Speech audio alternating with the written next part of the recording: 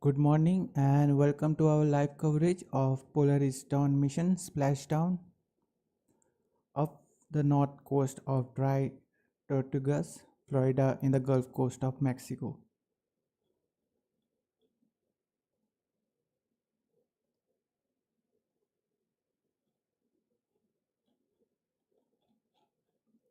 We hope you all are doing fine and excited about the upcoming launch.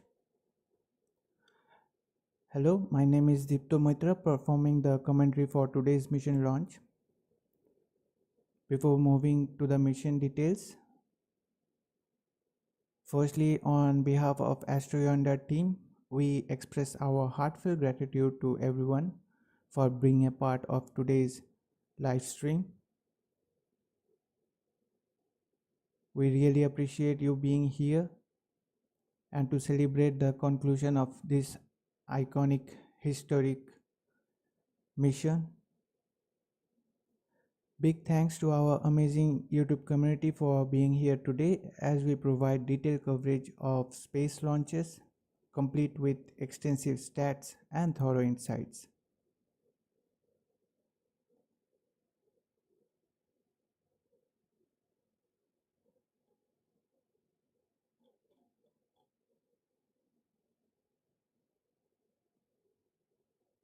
We are waiting for the Polaris Dawn splashdown at approximately 3:36 a.m. Eastern Time, 7:36 UTC, which will mark the successful conclusion of the Polaris Dawn mission, having achieved many records during its journey.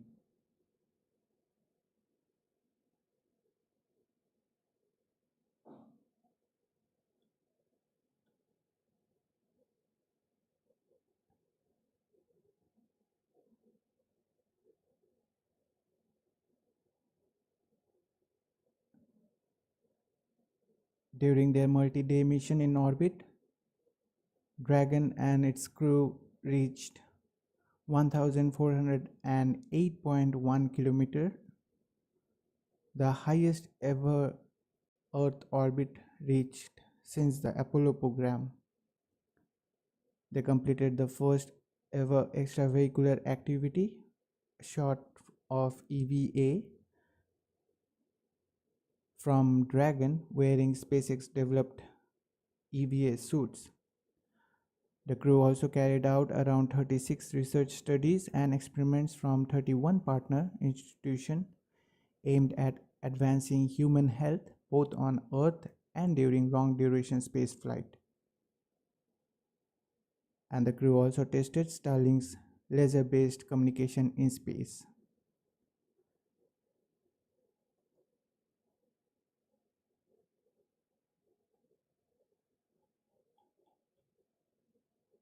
Now let's have a quick recap of the mission from the start and updates we received during these 5 days of the mission.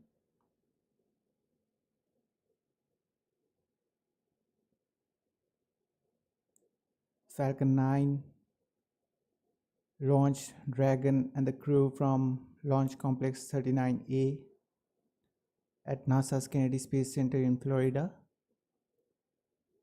to an elliptical orbit with an apogee of 1200 kilometers and a perigee of 190 kilometers on September 10th at 5:23 a.m. Eastern Time.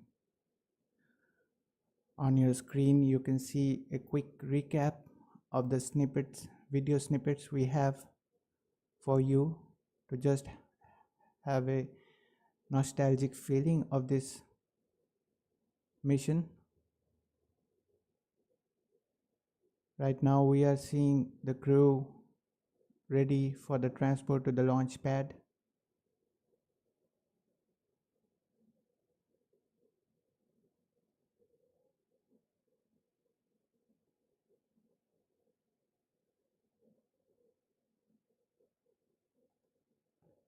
And we saw Jared Isaacman showing a thumbs up, and here we have some happy faces of the whole crew ingressed in the Dragon spacecraft.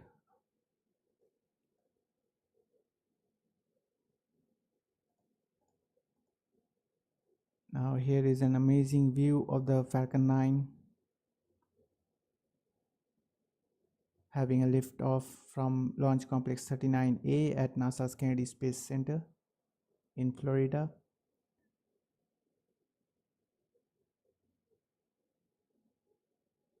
With the crew aboard for the Polaris Dawn mission.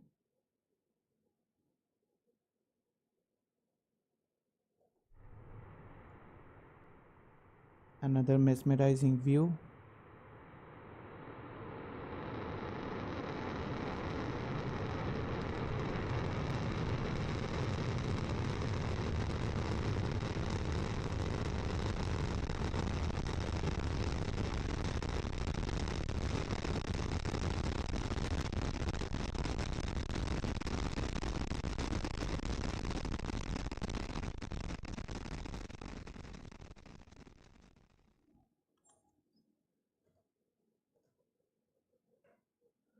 Now, shortly after the liftoff, we saw the Dragon getting separated from the second stage.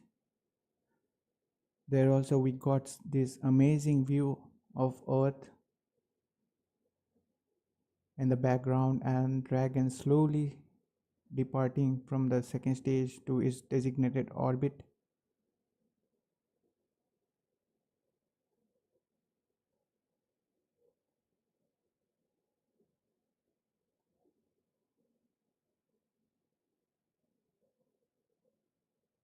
So up to this much it was about the launch.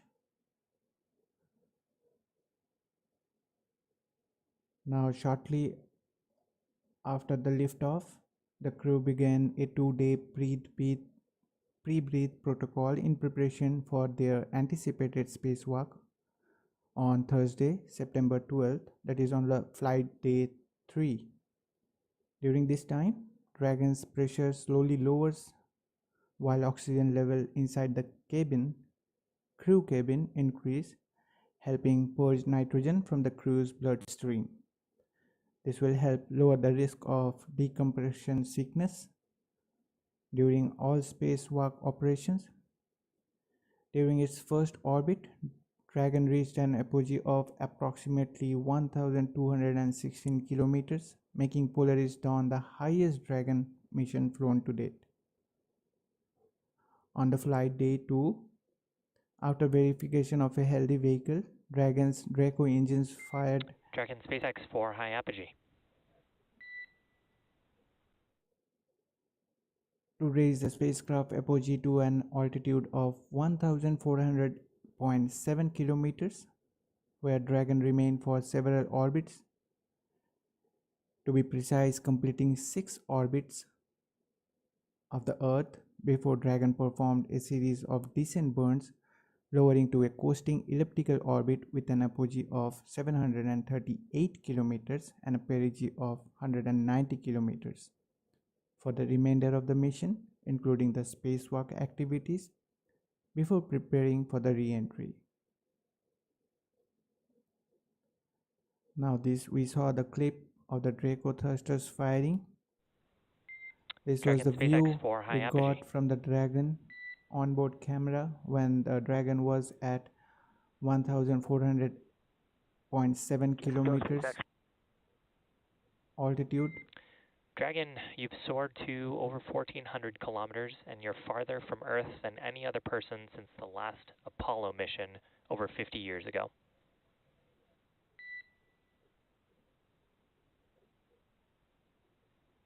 Copy that, SpaceX. We all look forward to our friends at the Artemis program to take us to even greater heights.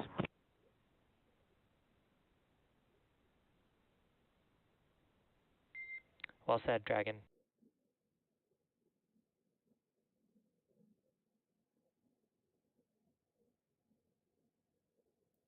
Now the crew met with representatives of the Folds of Honor, an organization providing educational scholarship to the spouses and children of the America's fallen and disabled military service. On that flight day 2. Evening, Dan, Rachel, and Kensley. We're so excited to bring you along our Dragon capsule. So we've been up here for just over 28 hours, flying around and around the globe. We're going about 8 kilometers per second. That's about 17,500 miles an hour, going around every 106 minutes. It's pretty wild to see Earth from this altitude. We're up at 1,400 kilometers. And why is that significant? It's the highest anyone has ever been since 1972 when Apollo 17 went to the moon. So it's a beautiful opportunity for us to see Earth, Mother Earth, from this altitude. And it's also pretty special because 2 of my crew members have set an altitude record for the furthest any females ever traveled from the planet Earth. Let me take a moment and introduce my crew. I'm Kid Poteet. I'm the mission pilot for Polaris Dawn. To my right, you got Sarah Gillis. Her call sign is Cooper. She is a mission specialist. She's also an engineer with SpaceX. And then to my left, you got our illustrious commander, 2-time astronaut, Jared Isaacman. And then to his left is Anna Menon. Her call sign is Walker. She is a mission specialist, also a medical officer for this flight. We are so honored to have this opportunity to talk to you guys. There's no greater than what you guys have done and what your spouses have sacrificed for our freedom and our nation, and we are forever grateful for that. And we just want to take a moment and honor those sacrifices and try to carry on the legacy of your spouses, because it's so important what Folds of Honor is doing for these families. So it's just an honor for us to be here, and I'm going to pass it off to my crew to say a couple words. Well, I'm just making it short. So here the crew talked with the spouses and the family members.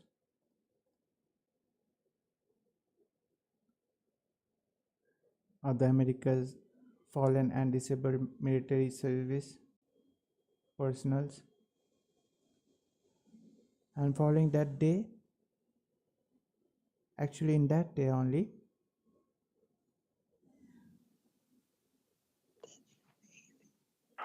Hi, Sean. Hi, everyone. Hi, James and Grace. I am so excited to talk with all of you today and also get to read a book that's really special to me. This book, Kisses from Space, is a story that I wrote for you, James and Grace, to remind you that I love you and that I'm always thinking of you even when we're apart. But I'm also excited for another reason, and that is the fact that this book raises money for St. Jude Children's Research Hospital. I co-authored this story with Carrie Vosick, and it is beautifully illustrated by Andy Harkness. And all of our proceeds are going to benefit this hospital and the incredible work that they do. So, without further ado, let's read Kisses from Space.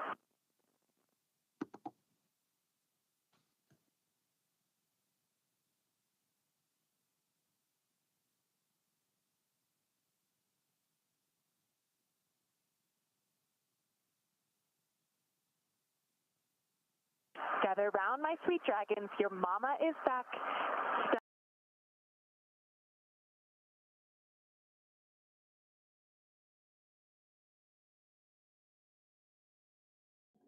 so on the flight day 2, Anna Menon read her book Kisses from Space to a group of St. Jude patient and her family as well, authored by her, and later on followed by a question and answer session. Also, Olympic gold medalist Sean Johnson East joined the crew via video transmission to host the book reading. On the flight day 3, well, just let me show you this slide. We did got an amazing, breathtaking view of sunset from the Dragon's onboard camera. You can see that thin line of the Earth's atmosphere glowing there due to the sunset. Gorgeous views.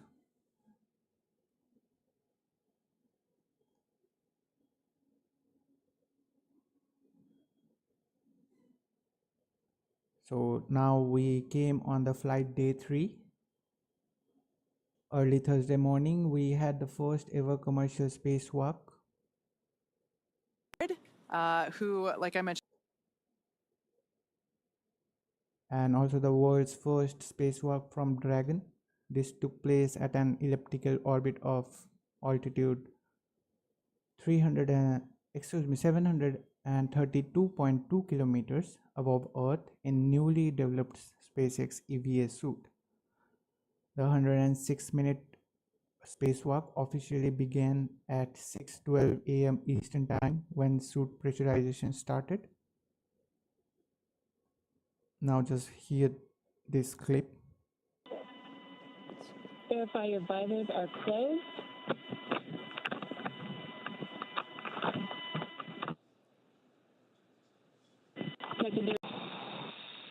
Yeah, breaking new ground with this, new suits, new operations for everything. We're at about 4.5. We're going to see that tick down. It's going to get down to just under 1, and it's not going to go all the way down. And then what we'll actually see is we've got a capability to open the hatch automatically. We've got a motor in it, but Jared's actually going to unlatch it, and he's going to give it a little tug to kind of break the seal, break any of the kind of the stiction in the hatch itself, and that's going to kind of take the capsule down to its final vent before. there is our first view of the forward hatch, wide open to space. Forward hatch.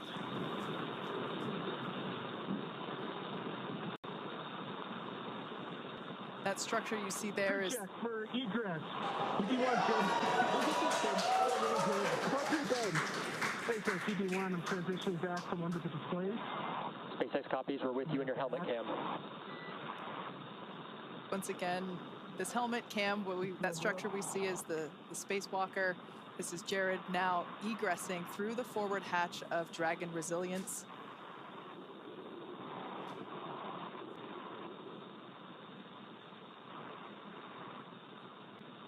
These are the first views of the first ever commercial spacewalk.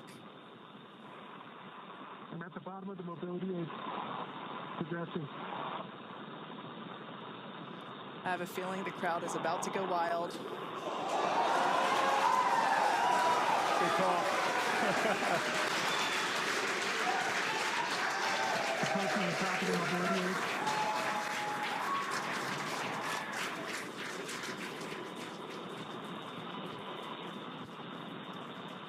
SpaceX.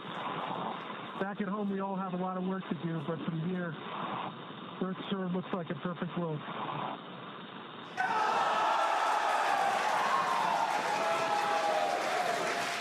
All right, SpaceX, DD1, I'm going to step into Test Matrix 1. Single-handed mobility demonstration. Commander Jared Isaacman now emerging Copy, from... we're with you in Test Matrix 1, watching from the nose cone.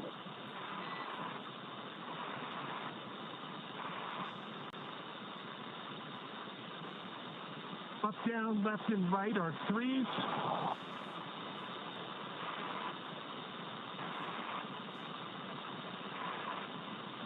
Pitch and roller 3, yaw is a 2.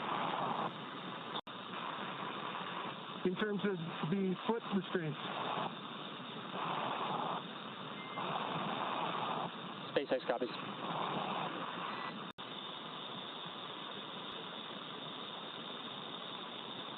Similarly with left, right, and up, down, a bit of a pitch, but all are achievable.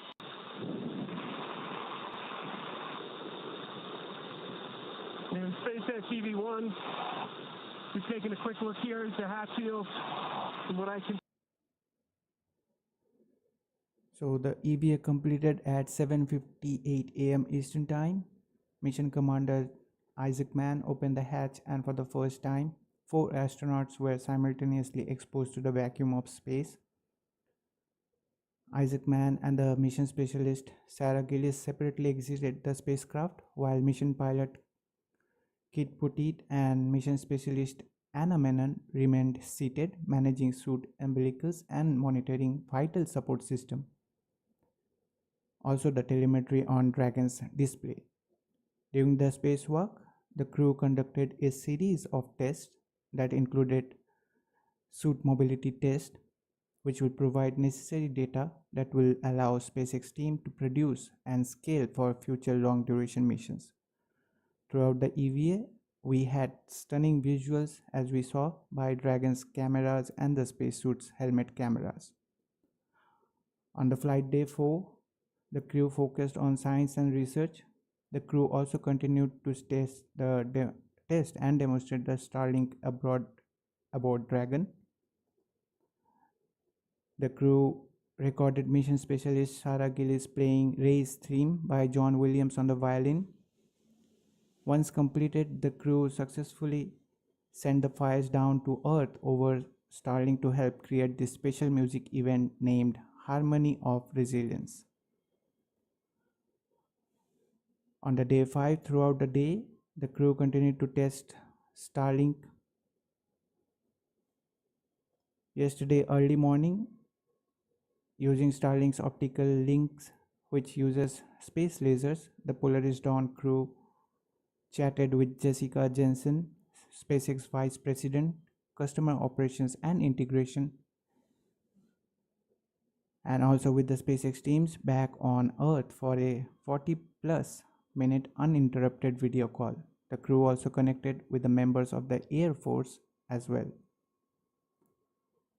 The Pleaser in the Dragon's trunk and the partner Starlink satellites for the event maintained their laser links during 16 Draco thrusters firing. During the 40+ minute uninterrupted video call, Dragon completed half an orbit over the eastern seaboard of the US, cutting southeast over the Atlantic Ocean and rounding the Cape of Good Hope. Later on, the crew took some time to connect with their families and begin preparing Dragon's cabin for Reentry and Splashdown. And here we are waiting for their glorious return. So all these were about the updates till now we got from them. So right now we are nearing for the webcast to begin, just 1 minute away.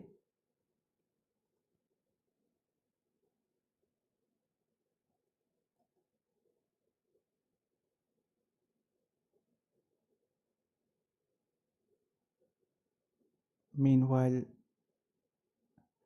the crew also talked about the science.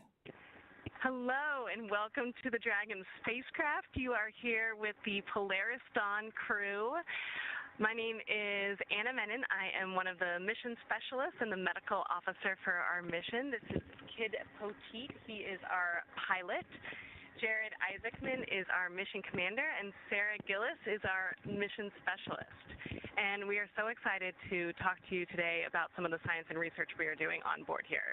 We have had a full complement of research, an action-packed schedule for this mission. We've had about 40 science and research experiments that we have been tackling, and they span all sorts of genres, and we're really excited to talk to you about a few of them today. So to kick us off, I will start telling you about some of the ones that I love. So right here what you see, this is a butterfly ultrasound device, and it's really neat because it can work with Well guys, it's time for the webcast to begin, so I'm switching to the webcast.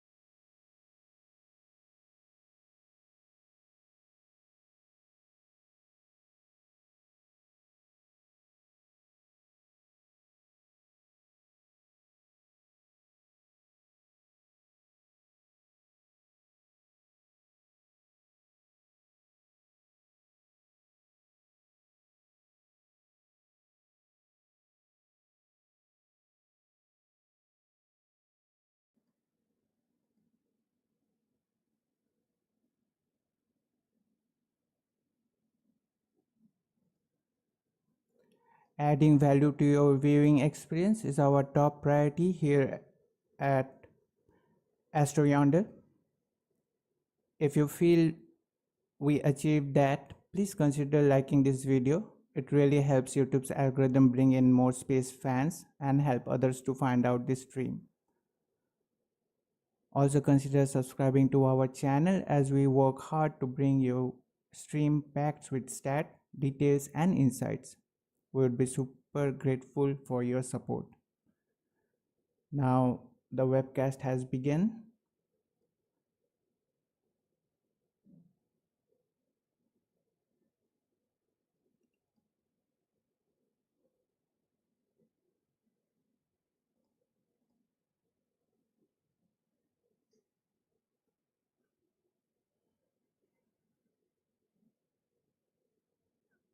Now sit back and enjoy the stream.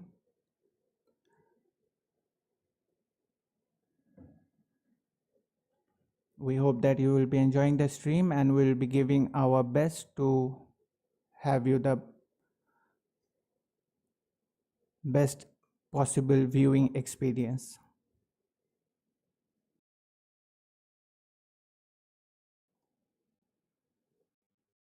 Good evening and welcome to SpaceX's Splashdown coverage of the Polaris Dawn mission.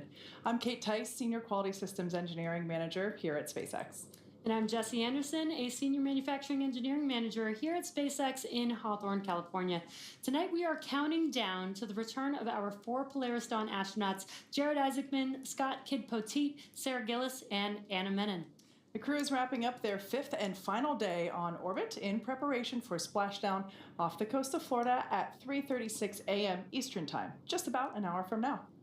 The crew's return to Earth actually began yesterday around 4:49 a.m. Eastern Time when they initiated their first downhill phase burn, followed by the second downhill phase burn at about 6:25 a.m. Eastern.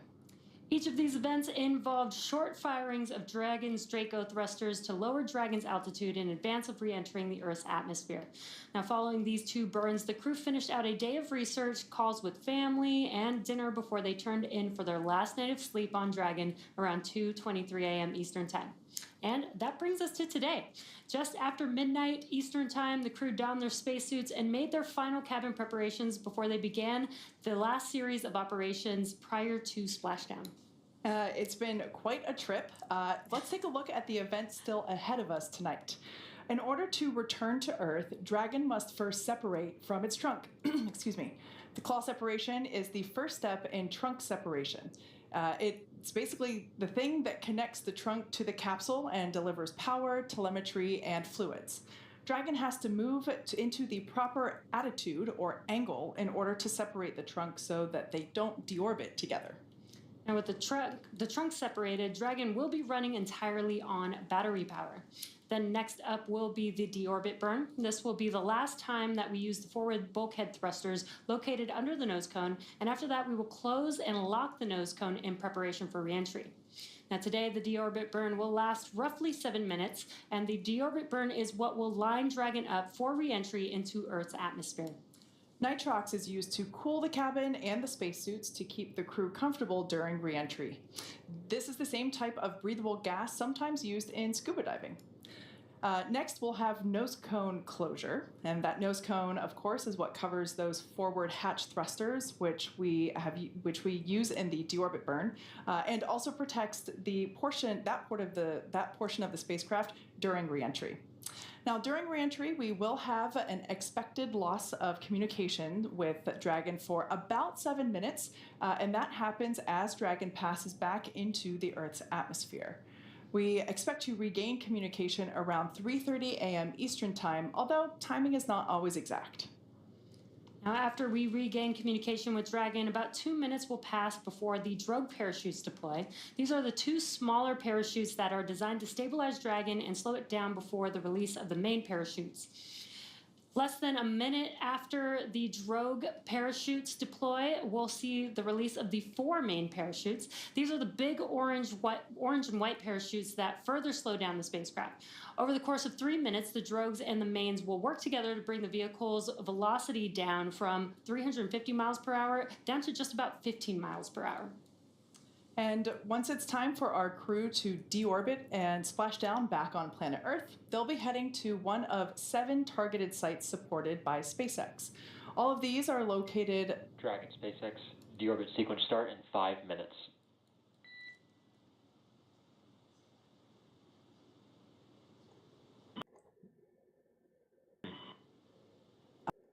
We just heard that the deorbit sequence is about to begin. That is the view that you're looking at now. And that was just letting the crew know that they're going to begin the deorbit burn in 5 minutes. It's always good to keep the crew informed of timelines so that they can expect those events. Now, for recovery, all of the sites are located off the coast of Florida, basically either in the Gulf of Mexico or the Atlantic Ocean. Spreading the supported sites across multiple locations helps to maximize return opportunities for this mission and for future crews, lowering the chance that we'll have to wave off due to bad weather. Now, in a wave-off scenario, Dragon would remain in orbit until the next landing attempt. Since Dragon is capable of splashdown on either side of the Florida Panhandle, we have 2 identical and fully equipped recovery vessels ready to support, one in the Gulf of Mexico and the other in the Atlantic Ocean. SpaceX selected primary and alternate splashdown locations off the coast of Florida for tonight's splashdown, working with a lot of different variables, including what landing sites are available and have favorable weather. Dragon has the capability to execute a unique series of orbit-lowering maneuvers using its Draco thrusters to line up its ground track for each primary location and maintain the capability to change alternate sites in free flight as weather constraints dictate.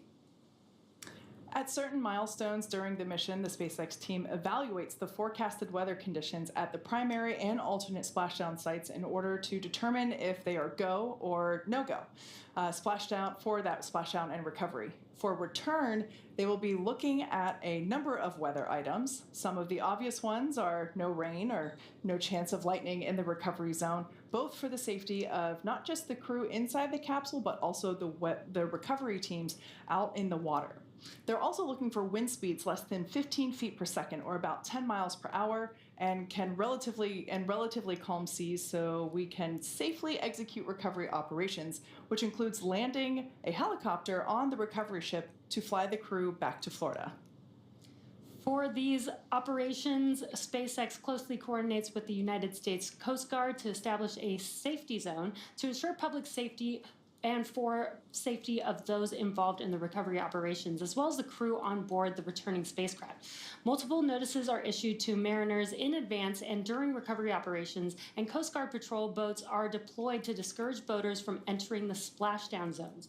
Now, we want to stress to the public the need to respect this safety zone. Recovering a spacecraft from the water is a hazardous operation. Any other boats interfering increases risk to the astronauts in the capsule, the teams working to recover them from the water, and the safety of those that come too close. So for the safety of the crew and your safety, we recommend you sit back and watch as we'll be bringing you the best possible views of our astronauts coming home right here. In the next phase of the mission, Dragon has a series of steps to complete before returning our crew home. First, Dragon will jettison its trunk, which is the cylindrical, unpressurized part of the spacecraft. The trunk is currently connected to the aft or bottom section of the Dragon capsule, where the heat shield is located. So, in order to expose that heat shield and get the vehicle ready for atmospheric entry, we'll jettison the trunk. From there, the spacecraft will use its forward thrusters to perform a deorbit burn, which will put Dragon on a trajectory to return to Earth and our splashdown location at Dry Tortugas off the Florida Keys. This burn will last about 7 minutes once it starts. And to prepare for these upcoming events, Dragon SpaceX, we do have a TDRS handover around claw SEP and trunk SEP, so I'll make sure to formalize all calls after the TDRS handover. This is in about 5 minutes.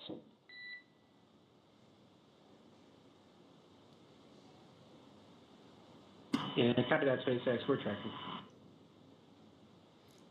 and just some comms there from the ground to the crew to let them know that during the TDRS handover, we will lose some communication. So they're just informing them ahead of time, and they'll make sure that they'll communicate the comms after they gain communications back with the crew. So to prepare for these upcoming events, right now the Dragon capsule is doing a couple of things autonomously. One of these steps includes isolating the thermal control system fluid loops from the radiator. This system is what will help keep the internal temperature of Dragon temperate for deorbit sequence start. As we just heard, the orbit sequence is started. And great news, the deorbit sequence has begun. Again, this system is what will keep the internal temperature of Dragon temperate for the crew during reentry. Dragon is also initiating separation of the claw mechanism, which will terminate data, power, and fluid connections between the capsule and the trunk.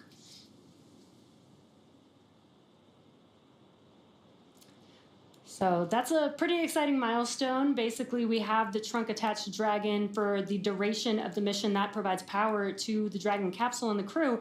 But once it's separated, now they're going to be ready to come back home, back down to Earth. Yeah, and all of these kind of, while they are choreographed and spaced out, they happen quite quickly. So I'm sure that the crew on board Dragon, they've been in orbit for 5 days now. It's going to go by in a blink of an eye for them, most likely, and they'll be back here on planet Earth. Now, some information about Dragon for those who have not tuned into our Dragon missions previously. From the beginning, SpaceX designed the spacecraft for human spaceflight. While it can carry up to 7 passengers, right now it's only carrying 4. And it is the first private spacecraft to take humans to the International Space Station. In fact, this exact capsule that our Polaris Dawn crew is flying in first went to, its first mission was the Crew 1 mission, and it went to the International Space Station. Oh, and look, our first views of the crew this morning inside Dragon Resilience. On your far left side of the screen is mission specialist Anna Menon. She is also the medical officer on board for this mission. To her left, or our right, is our pilot Scott Kidd Poteet.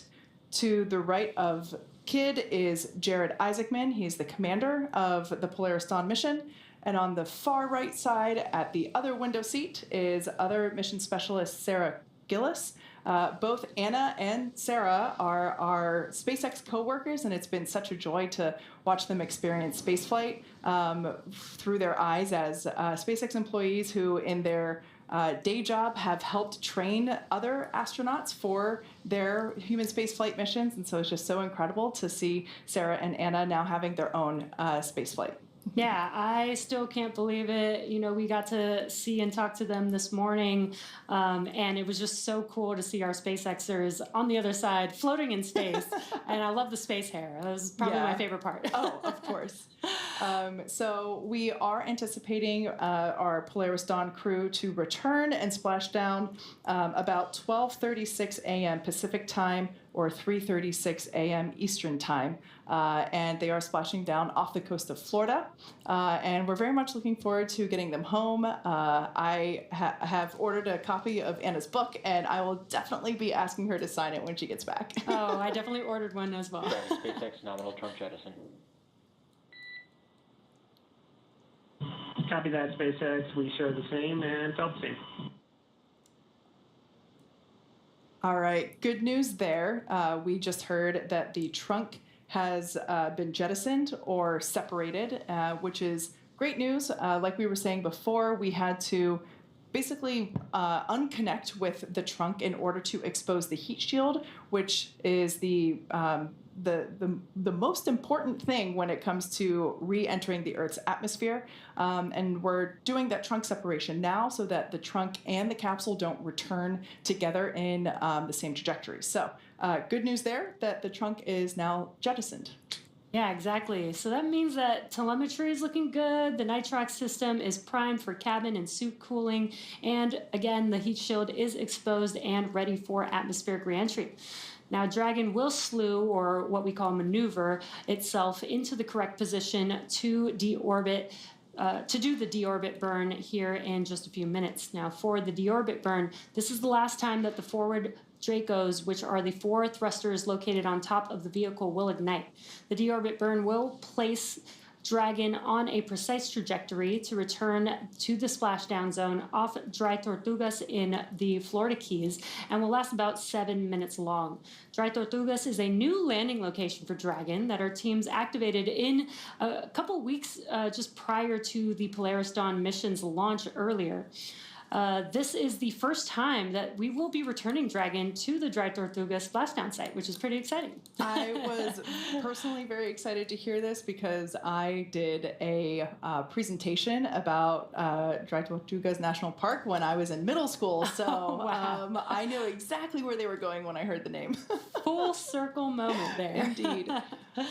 So we were talking a little bit about the different burns that the Dragon capsule does in orbit in order to deorbit and return to Earth safely.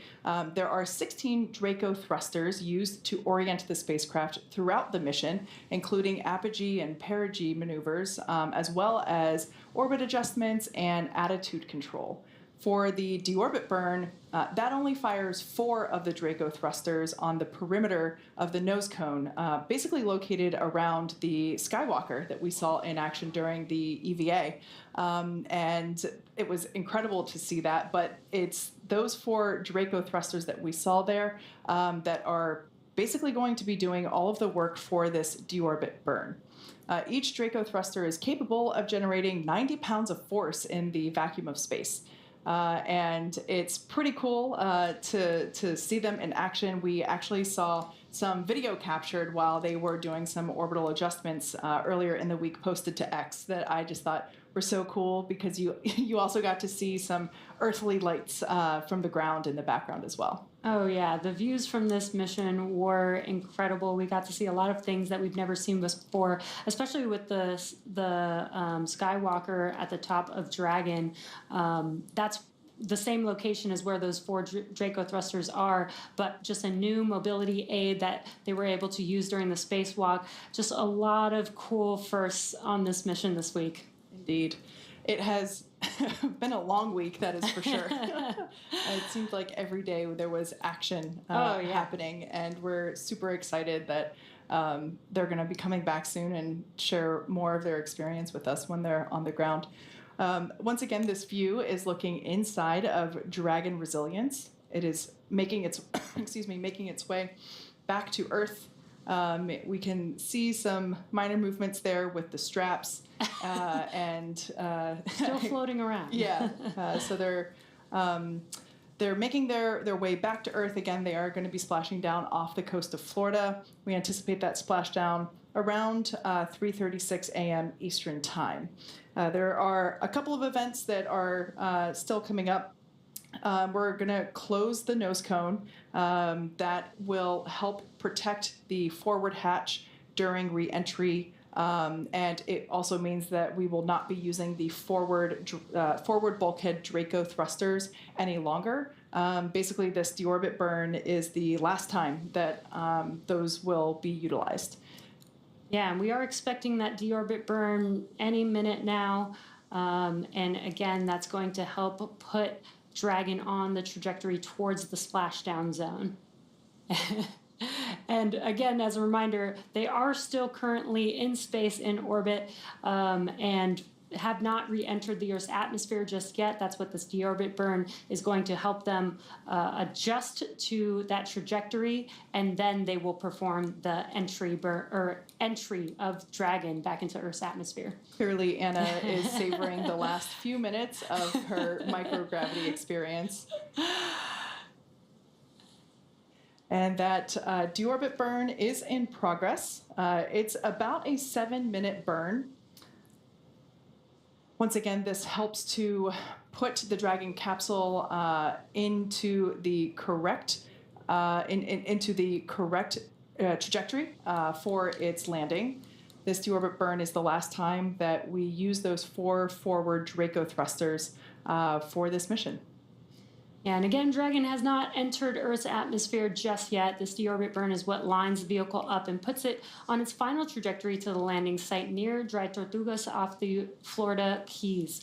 Now, right now, the crew are using their screens to keep tabs on the burn duration, Draco thruster firings, and trajectory details like entry angle, capsule perigee, velocity, and how much time remains until the deorbit burn termination. And that's because they want to monitor this because they are going to hear a lot of different sounds with the burns going on. So Dragon is currently flying free itself, and so all the crew has to do is stay strapped into their seats and keep an eye on things.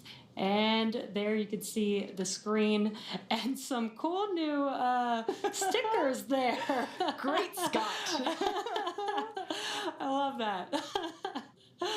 I love to see how they add their own personality, like just right there in the middle of that 1.21 gigawatts, obviously referring to Back to the Future. It is worth noting that that Jared has actually flown in this capsule in the commander's seat once before, as he was the commander of the Inspiration 4 mission.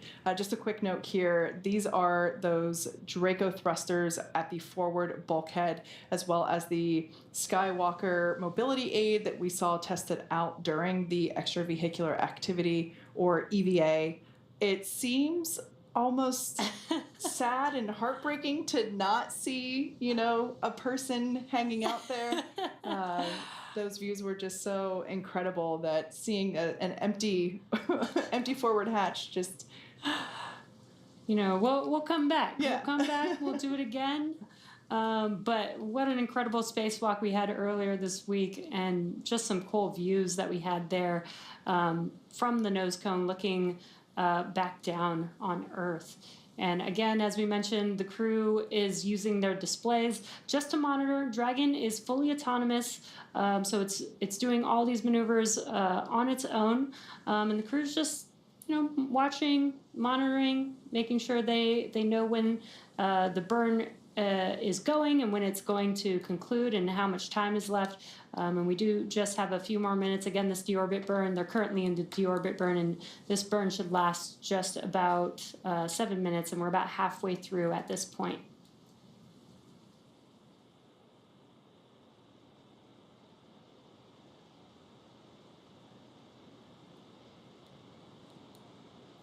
I love this view here, so just for a little bit of frame of reference, on the left side of the screen is Commander Jared Isaacman, and the right-hand side of the screen is pilot Scott Poteet, although he prefers to go by his call sign Kid.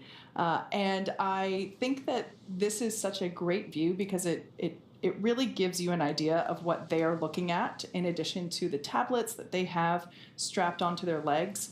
You can see the procedures that they are following along with, as well as the display that illustrates which Dracos are firing at what point. Now, this deorbit burn is still underway. I'm going to pull up the map real quick, but it looks like that might be Australia. Yeah, according to our Dragon tracker, that is the west coast of Australia. It's so cool almost to see the difference. If you watched, earlier this week, they made it over 1,400 kilometers away from Earth. They got a nice round view of the globe. And now you can see that they're much closer to Earth with just a very small slice of Earth that they could see in that view.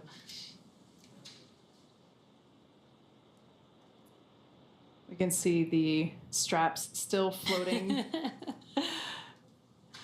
Now, if you're curious as to where Dragon is, you can, of course, follow Dragon yourself. We have it on our website, spacex.com/follow-dragon, and it shows you exactly where Dragon is along its path.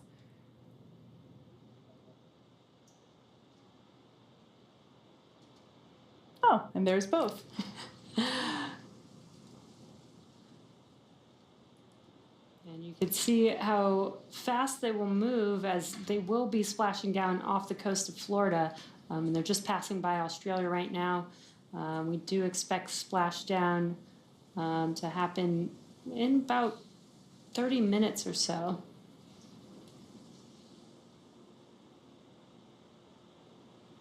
Now, that's a nice way to travel really fast. I would like to take one of these next time I go on an international flight. Definitely. And just such great clear views. This is a nice treat for us to be able to see this. And we do have just about a minute remaining in this burn. Again, this will be the last burn for these Draco thrusters at the forward bulkhead.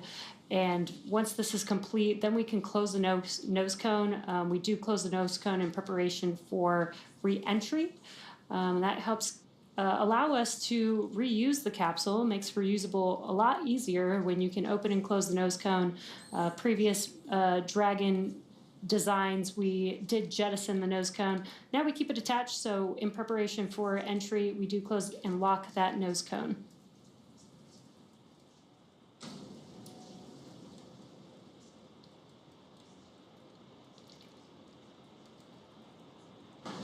For those that have just recently tuned in, we have successfully separated the trunk from the Dragon capsule. And these are just such amazing views. Dragon SpaceX, Deorbit burn complete, performance nominal, nose cone closure initiated. We show the same and tracking. Confirmation there that we had a successful and nominal deorbit burn. So we're now going to see the nose cone begin its closing process. It takes a couple minutes for this to fully complete as I think we can see some shadows moving here, which means that we're about to lose this gorgeous view. This is an incredible view. And as we mentioned earlier, the vehicle is doing a slew, so it is maneuvering to orient that heat shield a little bit more towards the Earth. And that helps prepare us for reentry. Yeah. And we can see that nose cone coming into view now there in the top left corner. Once it is all the way down, there will be some hooks that lock in to make sure that it is locked up, as Jesse had said earlier. Once again, we will not be using the forward bulkhead Draco thrusters anymore. Honestly, this view is just so cool to see everything that's happening. You still see Earth, you've got Dragon maneuvering, you've got the nose cone closing, and you get to see the Skywalker mobility aid all in one.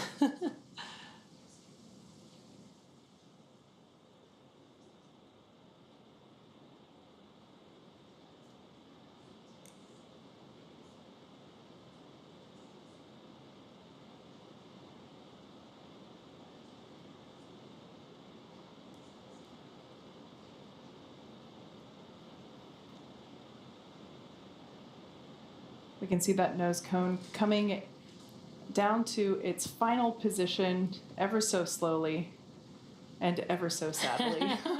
Slow and steady. And again, we close the nose cone in preparation for re-entry of the vehicle. This helps keep the nose cone safe, intact with the vehicle. Again, we are going to close this and lock this, and this protects the top part of the vehicle as it re-enters the Earth's atmosphere.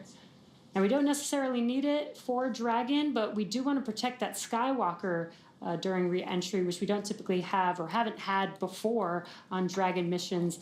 So this nose cone will actually keep that Skywalker mobility aid pretty safe as well. Indeed.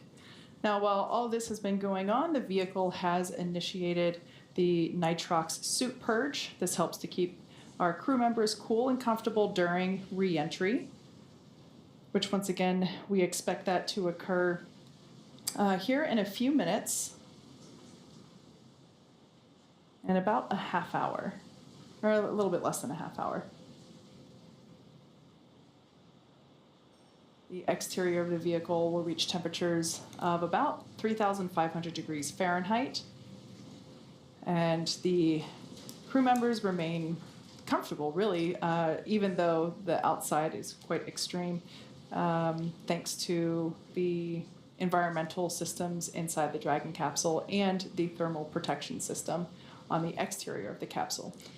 Yeah, it's pretty important to keep them cool on the inside. Again, we don't have the trunk of Dragon anymore, so it is on internal power, but it's enough power to keep everything cool inside the cabin, because as it re-enters the Earth's atmosphere, it can get up to about 3,500 degrees Fahrenheit, which is pretty hot. Yeah. We've heard some of the crew members that have flown on Dragon that sometimes they can even see some of the sparks through the window.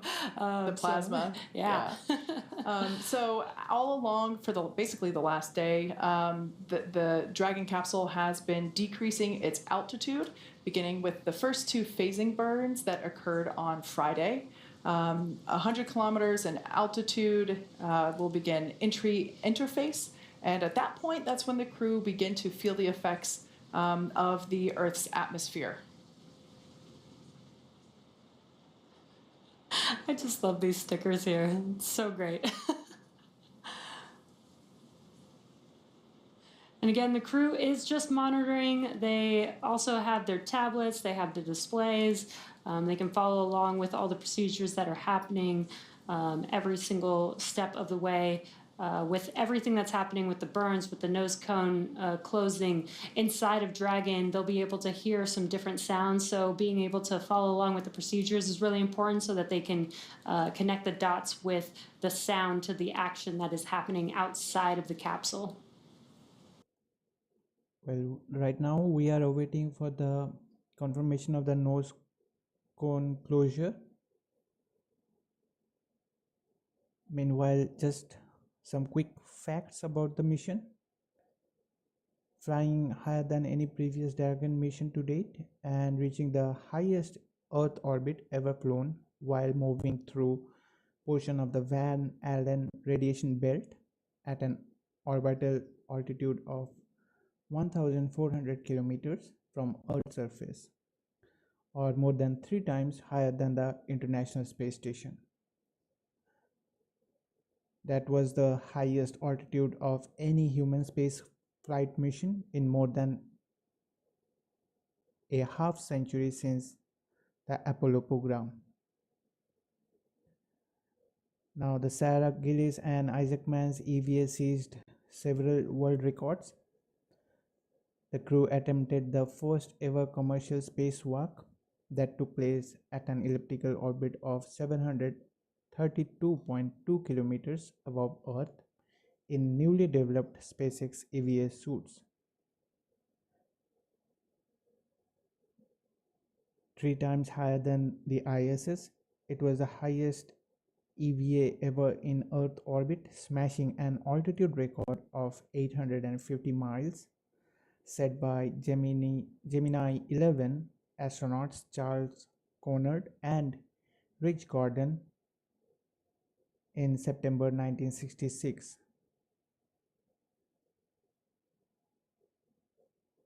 Now for Sarah, aged 30 years and 256 days on the planned date of the EVA, Gillis became the youngest human to spacewalk, eclipsing first ever spacewalker, Soviet cosmonaut Alexei Leonov, who was 30 years, 292 days old when he floated outside the Voskhod 2 capsule on 18th of March back in 1965.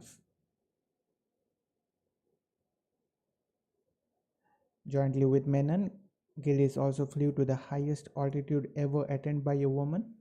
They made it more than double the 358 miles reached by astronauts Kathy Thornton. Nose cone secure for entry. We got the call out. Nose cone is secured right now.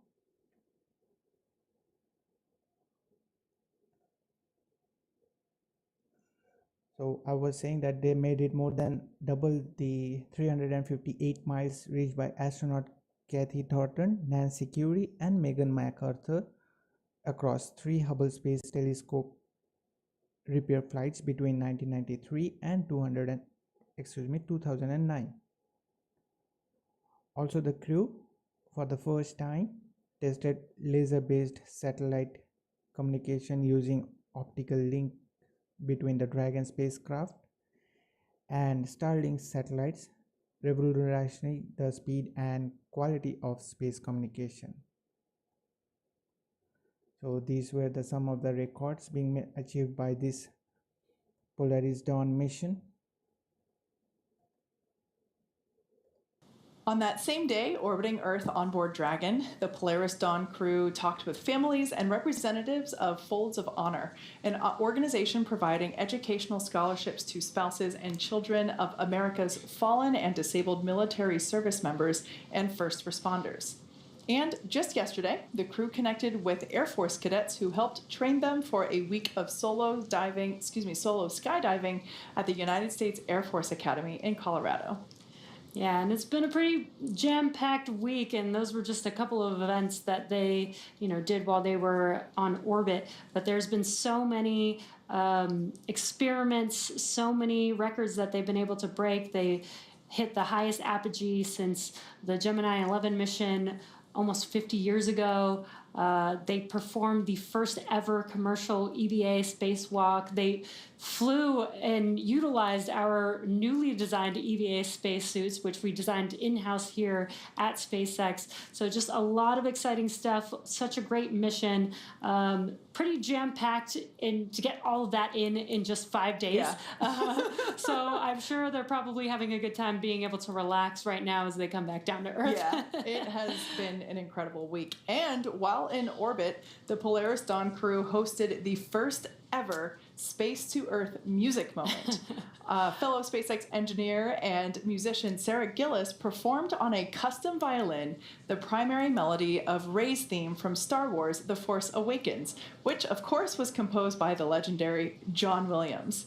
Sarah was joined by youth musicians from around the world, all students in the International El Sistema program. Starlink satellites beamed Sarah's performance from Dragon down to Earth, and here's how it turned out.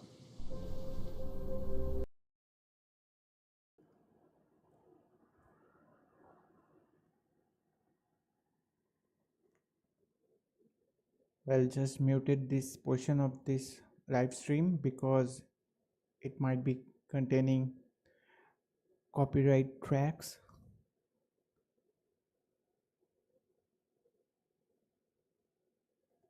Gillis, one of the Polaris Dawn crew members. As we travel around our beautiful planet Earth on this 5-day mission, we wanted to share this special music moment with you. Bringing together global talent, this performance symbolizes unity and hope, highlighting the resilience and potential of children everywhere. Here is Rey's theme by John Williams, brought to you from the stars. So I just muted the stream volume.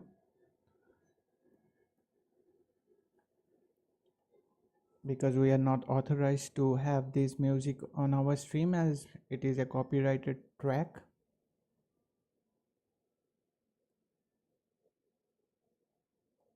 Although later on you can have this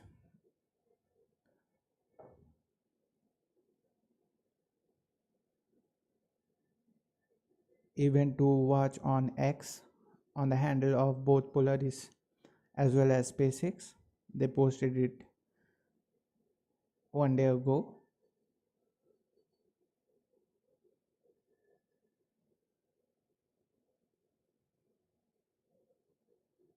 Would like to welcome David C. Thanks for tuning in. I wish that also, but it didn't came to me earlier, as I would have been made it on the screen in a corner.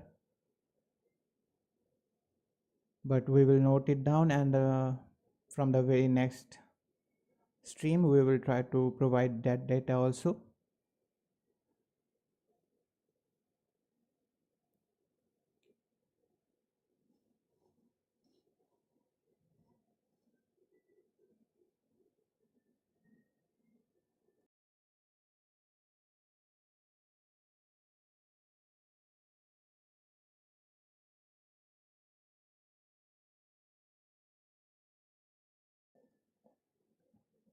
Right now you are watching on your screen Sarah Gill is performing from space, and here on back on Earth from various countries, musicians participating in the event called Harmony of Resilience, playing a track of John Williams named Ray's Theme.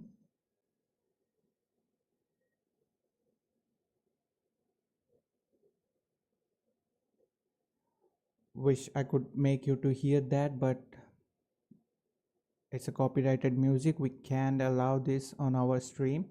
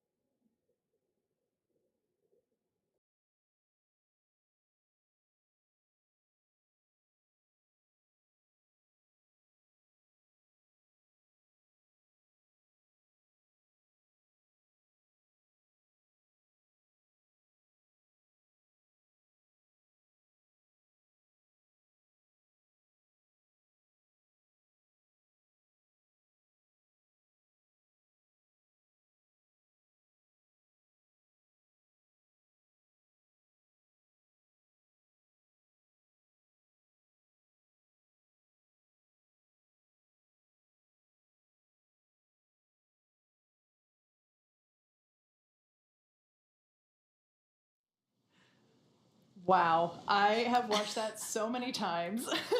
Literally watched, listened. I have a background in music, so watching this and seeing, you know, how music connects people all around the world, and the fact that that is exactly what Sarah did with her violins, Yeah. connect multiple locations around the world, brought them all together. Orchestras, this Incredible. was an amazing symphony. Yeah, seeing her do her thing in space is incredible, and the fact that she pulled on her existing music experience. Many of us here are musicians. You know, it makes us better engineers. At least that's what I always thought about my music education, and it's just so cool to Sarah bring that to such a massive platform and in such a cool way. Yeah, like so impressed. I literally, Yeah. I was speechless when I first watched it, but I think I've watched it like 6 times by now. For sure.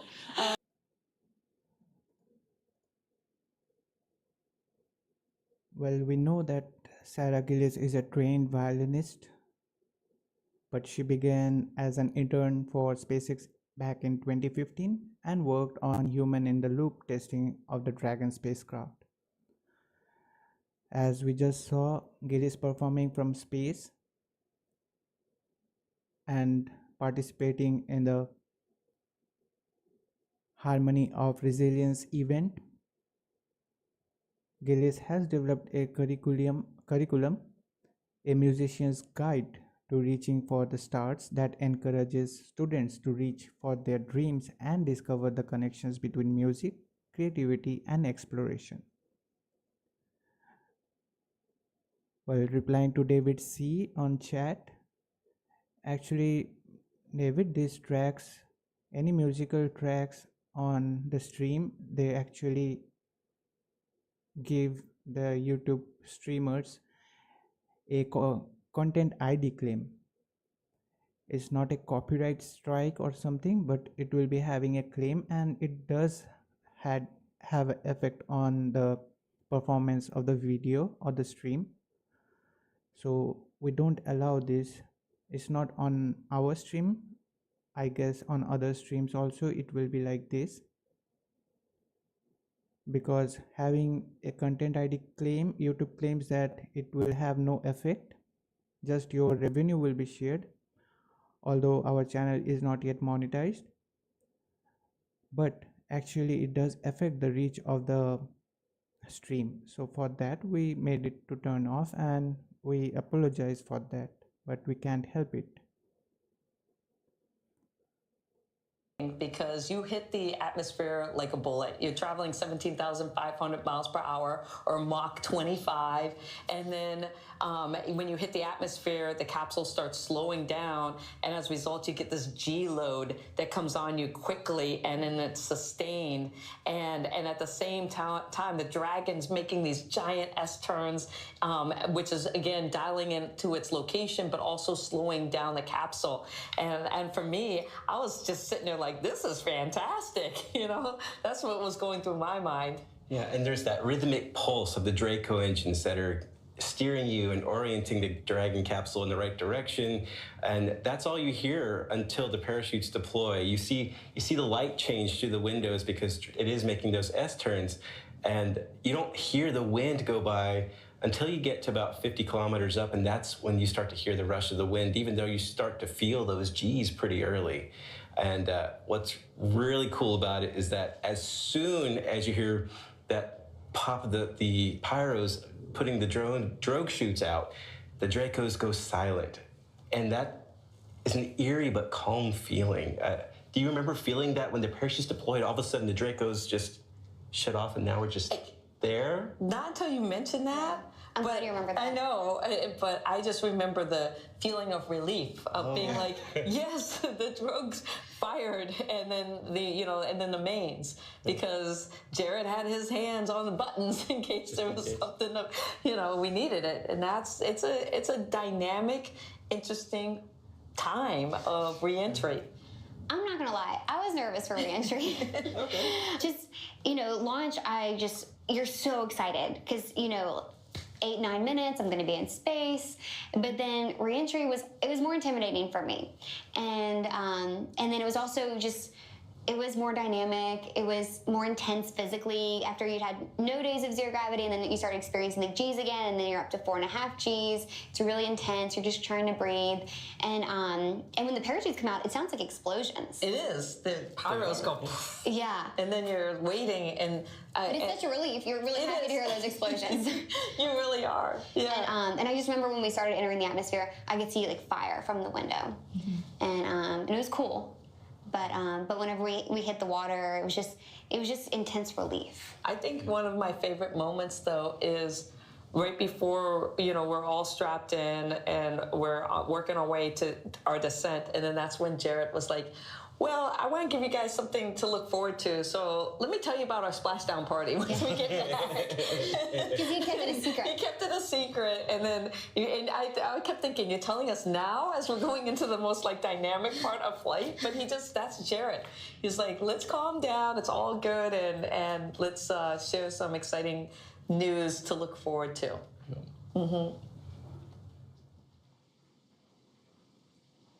Some awesome words there from the Inspiration 4 crew. I should say the Inspiration 4 crew that isn't currently on board the Polaris Dawn capsule. So Jared also commanded the Inspiration 4 crew, as well as our current Polaris Dawn mission. And in fact, this capsule is the same one that the Inspiration 4 crew flew in as well. So that we heard it from the experts. Reentry is interesting. Yeah, it was really cool to hear, they're different. Each one had a different insight. Haley was, this was the more dynamic portion that she was maybe a little bit more worried about. And Chris talking about how the Draco engines go silent. Yeah. Just love hearing the thoughts from that experience. Yeah. Now, very similar to the Inspiration 4 crew, the Polaris Dawn crew did a ton of research while they were on orbit. So many science and research performed. About 36 research studies and experiments from 31 partner institutions designed to advance both human health here on Earth during, as well as in space during long-duration spaceflight. There is a great opportunity for these individuals to really bring another element of research to issues and health concerns that we have here on Earth, and that's pretty great. We have had a full complement of research, an action-packed schedule for this mission. We've had about 40 science and research experiments that we have been tackling, and they span all sorts of genres, and we're really excited to talk to you about a few of them today. So right here, what you see, this is a butterfly ultrasound device. And it's really neat because it can work with like an iPhone or an iPad or just any sort of like tablet device. And so it's really portable and you can take it anywhere, even to space. So we've been using it for a whole bunch of different experiments, measuring our different veins. We've been measuring our bladder. We've been measuring our kidneys and liver and a lot of different pieces of the body. So it's been really interesting, and we're excited to see what we learn from all the data. This was created by the U.S. Air Force Academy, which is near and dear to my heart. I was assigned there many moons ago as one of the commanders of the cadets. And what these cadets have created is a casing that holds different plants, and we've been imaging these plants on a daily basis to see what the impact of zero gravity is on this plant. One of the big concerns is the fluid shift up here at zero gravity. We can really feel the effect as soon as we were on orbit, and you can kind of see it in our faces. So one of the concerns with long-duration space flight is to be able to triage in case of an emergency. And one of the first basic steps is airway assessment. So we volunteered to do some imaging of our airway. We did this experiment before flight, during flight, and then we'll do it post-flight. And what this requires is us to numb up the nasal passage and then insert this endoscopic camera all the way through the nasal passage and back of the throat to take these different images. And then post-flight, we'll be able to assess what happened to the airway passage as that fluid shifts. This is a Tempest Pro, also called our ambulance in a box. So, if you believe in SpaceX's vision of making life multiplanetary, that we're going to have thousands of starships in space someday, tens of thousands of people, we're on Mars and we're exploring our solar system, it's pretty cool, but those are some pretty long journeys, and hospitals aren't very close by. So we have to be able to bring diagnostic tools into space with us, and then be able to beam that information back home to the flight surgeons. So just yesterday, we hooked up all sorts of cables to this, so blood pressure, SpO2, respiration, EKG leads, and basically we're able to capture a number of vital signs and test it out. And then today, we actually did a full-blown medical simulation of what could be a very likely medical situation that could develop after an EVA, and then was able to beam a lot of this information home via Starlink to the flight surgeons in mission control. So I really am excited about it because it's this kind of technology that's going to be needed, to kind of further humankind's ambitions to explore among the stars. We've been collecting data kind of every day, looking at the changes in our vision over time in space. We also have an experiment from CU Boulder that we did shortly after arriving on orbit, where you actually put a contact lens into your eye to monitor the pressure change over time. And there's a picture of Jared. He has the contact lens in his eye that's sending pressure data over 12, 24 hours to a sensor. But he really looked like a rogue space pirate with his eye patch kind of covering it, so he didn't have to have some vision changes from that lens. But it was quite a look up here for the space pirate. So cool to see them talk about their different science experiments, and if you notice, they were like letting go of some of the stuff that they were holding. It's just floating there. Chaos. But in addition to their science experiments and research experiments that they did on September 12th, while traveling in a 184 by 732 kilometer orbit around the Earth, the crew performed the first ever commercial spacewalk. Extravehicular activities, or EVAs, are activities performed by spacesuited astronauts outside of their spacecraft in orbit of the Earth. They are generally performed for service, maintenance, repair, or replacement of space equipment. Yeah, it was so incredible to see this live and see them going through and going through their test matrix for the suits. Now, an extravehicular activity usually begins with depressurization of the airlock or space module and then ends with repressurization of that space module or airlock after crew member ingress. But because Crew Dragon doesn't have an airlock, the entire cabin was actually depressurized, and all 4 astronauts on board participated in the spacewalk. It was Sarah... SpaceX Dragon. Our tablets are secure, restraints are tightened, and our visors are down. SpaceX copies for crew entry prep. All right, good news there. That was Jared letting us know that their tablets are secured and the visors are down, which then creates that complete system for the spacesuit for them to basically be ready for the more dynamic parts of the reentry phase, which is coming up soon. We are about 7 minutes away from the anticipated loss of signal. But getting back to the incredible spacewalk that Sarah and Jared and Kid and Anna performed, it was actually Sarah and Jared that took turns actually exiting the spacecraft while Kid and Anna supported from the inside. Overall, the spacewalk lasted 1 hour and 46 minutes from the time that the cabin air was vented to when it was repressurized once again. So it was incredible, and the first commercial spacewalk is certainly a moment to remember. So now some Dragon facts in terms of the Dragon capsule overall. Like I said earlier, it's designed from the beginning to enable human spaceflight, even though we started just with cargo spaceflight. It can carry up to 7 passengers, but for today, we've got 4 crew members on board, and it is the first private spacecraft to take humans to the International Space Station. It's also the first private spacecraft to take an all-civilian crew to orbit, and that was this exact Dragon capsule, Dragon Resilience, that, of course, was the inspiration for mission. This Dragon mission, this Polaris Dawn Dragon mission flew further than any Dragon to date and reached the highest Earth orbit ever flown with an apogee of 1,408.1 kilometers. Dragon has performed 47 total launches, including Polaris Dawn, 14 crew missions, including Polaris, 5 of those being private astronaut missions, and 9 being NASA missions. We've had 42 visits to the International Space Station, 25 missions utilizing a reflown or a refurbished Dragon capsule, including Polaris Dawn. And like we mentioned earlier, this is the exact same Dragon flown on the Inspiration 4 mission. Dragon SpaceX. 5 minutes until predicted comm blackout. See you on the other side. Copy that, SpaceX. We're tracking the same. Talk to you soon.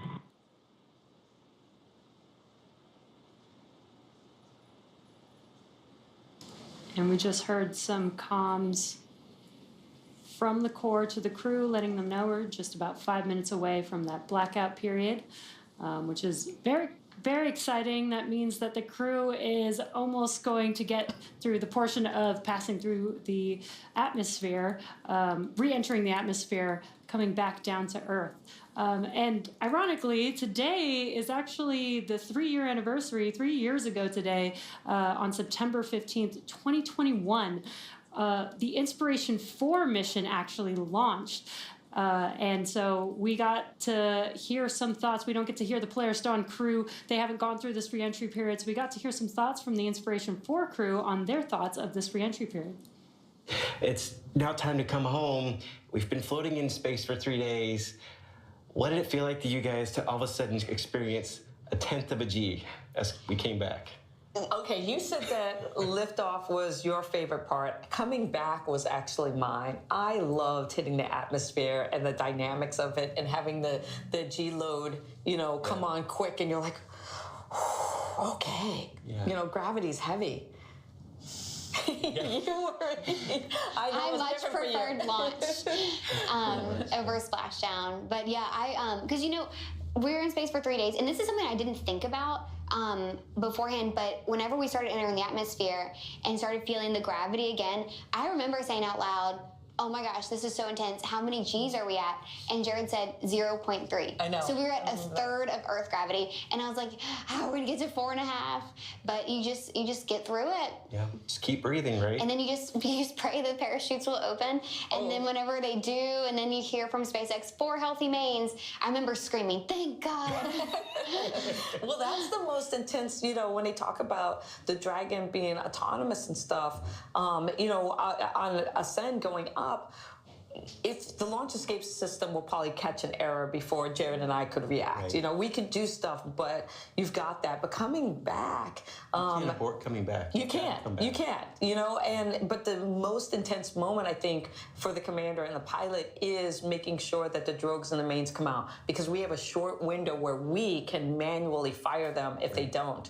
And I just remember, you know, we're counting down, and then I'm like, green, yellow, and if I'd gotten to red, then that wouldn't have been good. But every time green happened, the pyros went, and Jared and I were just like, there's the drogues. And we could see it on our monitor. I don't know if you could, but we're like, oh, yes, drogues. And then we go had through. to rip off my iPad to hand it to you so you Oh, can yeah, take a picture. Once we got off, yeah, because once we got off the 4 healthy mains, Jared was like, that's the best thing I've ever seen. And I was like, yes. Yeah, and then it was like, at that point it was so peaceful because Reentry was very dynamic. It was the G-forces were so intense. It was more shaky than launch was.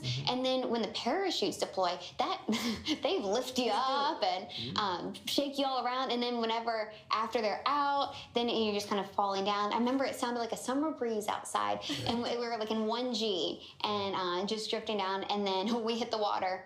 We knew it. It was. Well, that was one thing too. When you said you're looking at the screens, you and I had a pretty good view, Haley, of we could actually look out the windows at that point. And I remember seeing that the Dragon capsule reorient, and as it's making those S curves to the atmosphere and seeing the clouds move very dynamically. See, I love that. That, to me, hearing the Dracos firing and it's like as we're doing these giant S curves. That's exactly what it sounded like. Yeah, it's like ingrained in my memory. And I'm like, and I remember just being there and being like, this is so cool. Yeah. You know, and just the technology of what SpaceX has done and being able to, you know, have a capsule that will dial itself in and slow down your descent. It's just amazing. Such a great experience. But Splashdown was awesome because when we hit the water, you're just like, we did it. It was a very emotional moment, more than I expected. I love what Dr. Proctor said there. We did it. Yeah.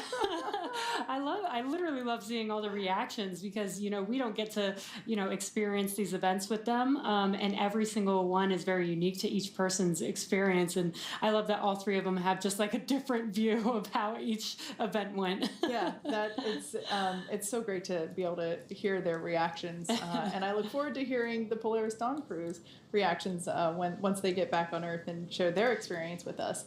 Now, the Polaris Dawn Crew, we are coming up to our anticipated loss of signal.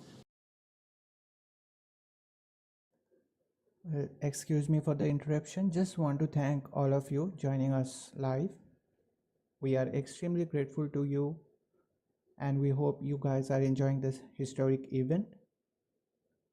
Also, we are curious to know from you how you guys feel about the mission and now about the splashdown.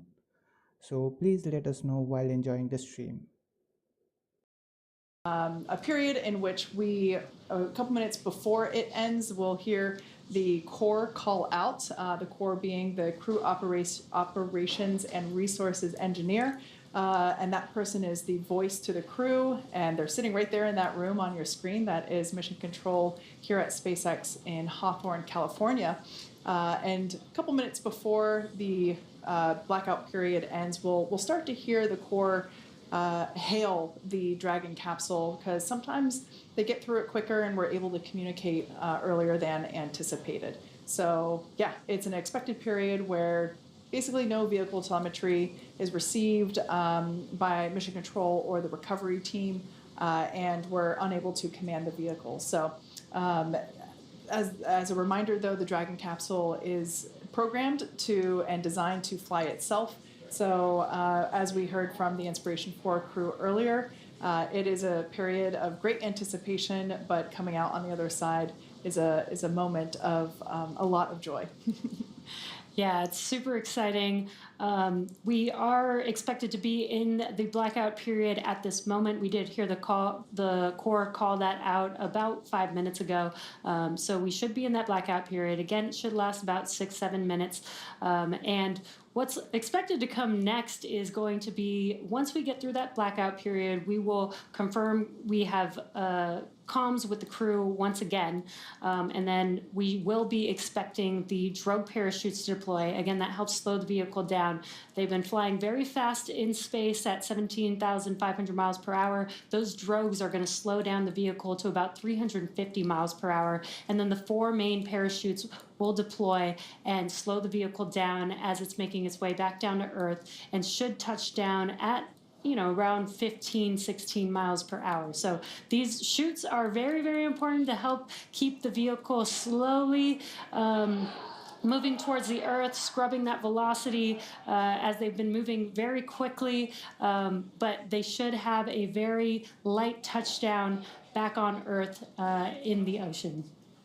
You can hear a little bit of a crowd here forming outside of Mission Control. You can see there on your screen as some of our fellow employees are gathering in anticipation of the splashdown. It's always one of the best, not one of the best place to stand for these types of events, although it is pretty late on a Saturday night, so perhaps not the normal size crowd. This is this is a pretty good event for a Saturday night, I think. This is where I'd want to be. So once again, we are in the blackout period. Anticipated loss of communications. We do anticipate to regain those communications around 12:30 a.m. Pacific time or 3:30 a.m. Eastern time. Just after that, as Jesse was saying, we'll see the drogue parachutes deploy about 2 minutes after, and then about 2 minutes after coming back from the blackout period, we'll see those drogues deploy, and then just a minute later, we'll see the main parachutes deploy. So, as we said earlier, this is a series of events that when you start, it seems like, oh man, it's going to take a while, but they do happen in rapid succession. And I just noticed there's a turtle inflatable down in front of Mission Control in celebration of our new landing location at Dry Tortugas. Yeah, I love that. Celebrating our new splashdown zone, welcoming the Polaris Dawn Crew home. And we are a little over halfway through that blackout period. We are expecting to hopefully gain comms back in about a couple minutes from now again. And this, you can see on your screen, is the first ground view of the Dragon capsule making its way back, entering the Earth's atmosphere. I love this view. It's so fun to watch this. I can only imagine what it would be like to watch it with our own eyes. This thermal view in particular is really cool because you can see the trail behind it. Oh, now, that is so awesome. There's 4 humans inside of that capsule right now. And once again, we are in the anticipated communications blackout period. Basically, there is an envelope of ionized air around the spacecraft, and it blocks radio signals from reaching Dragon. So this basically plasma field around it prohibits us from commanding the vehicle or from communicating with the crew. So this anticipated blackout period lasts about 7 minutes, so we should be coming out of it here in about the next minute or so. We will probably start to hear the SpaceX Corps begin to reach out to the Dragon capsule, just trying to hail them, or we might even hear from the Polaris Dawn Crew first. Oh, that's an incredible view from the recovery ship. Stationed out in the water. That is a sight to see for the people that are watching this live. It's not a comet. It is just the Polaris Dawn Crew coming back to Earth. Wow, that is an amazing view.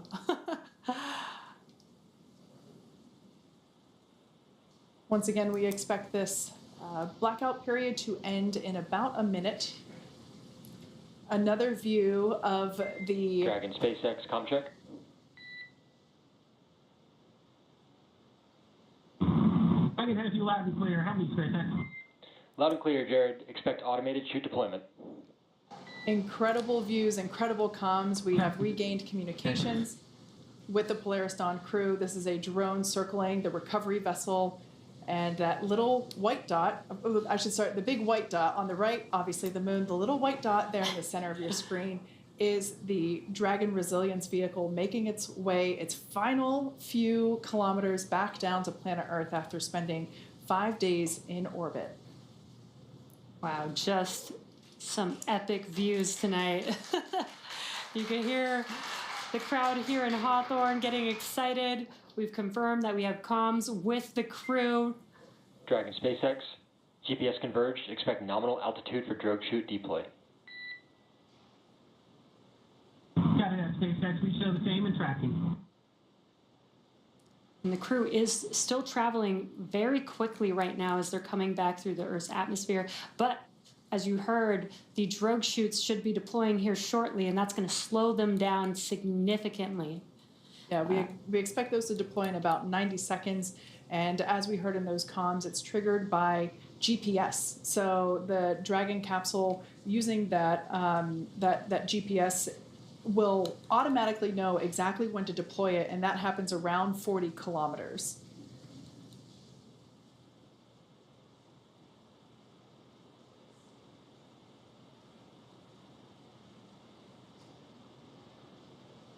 Once the drogue parachutes deploy, about a minute after that, we'll see the main parachutes.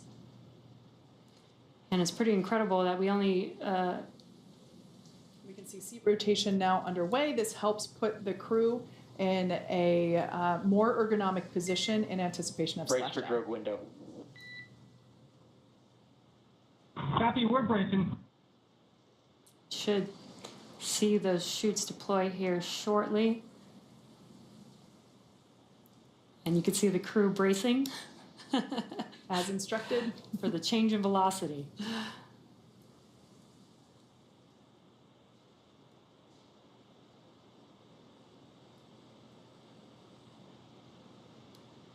Standing by for deployment of the drogue parachutes. These will help bring the vehicle down from about 350 miles per hour when they deploy, down to about 119 miles per hour when the main parachutes deploy. There we can see that the drogue chutes have successfully deployed.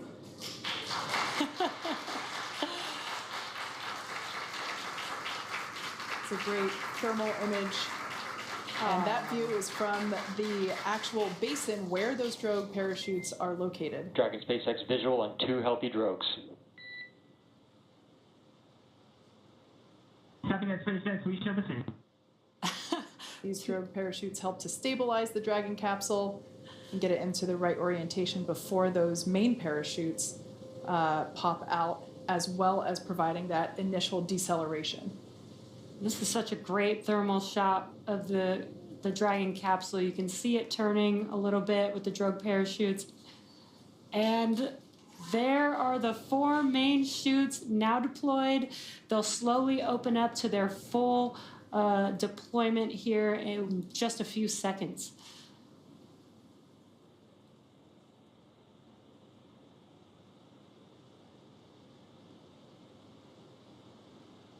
Incredible views of the Polaris Dawn crew returning to Earth after 5 days in Earth's orbit. The crowd here at Mission Control in Hawthorne cheering. Dragon SpaceX visual on 4 mains and descent rate nominal. It's a beautiful sight to see. Copy that SpaceX, we show the same. 1,000. Copy 1,000. Beautiful sight to see those 4 healthy main parachutes. So great. Now, in about 2 minutes, we expect our splashdown to occur. And you may hear the crew and the Corps talking. They're communicating about their altitude as they make their way back down to Earth. We should start. Yeah, there it is. So we should start to hear Copy 8. Are hearing our commander, Jared Isaacman, call out the altitude as they descend to the ocean's surface. We can see the Polaris Dawn crew nestled in their seats there on the left-hand side of your screen as they anticipate their splashdown. Copy 6. And you can see the difference in velocity. This is a lot gentler than just a few minutes ago. The Dragon is coming back down to Earth. Absolutely. These main parachutes deploy at about 119 miles per hour and help slow the Dragon capsule down to about 15 miles per hour when it makes contact with the ocean. You can also see that the capsule is now... The capsule is now stabilized. It's no longer spinning like we saw it with the drogue parachutes.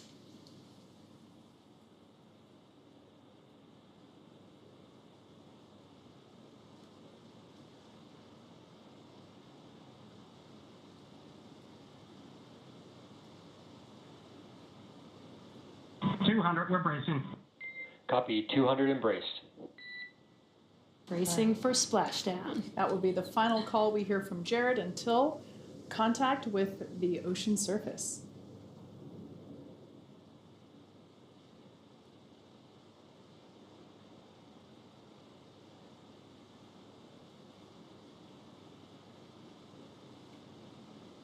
Standing by for a splashdown of the Polaris Dawn Crew.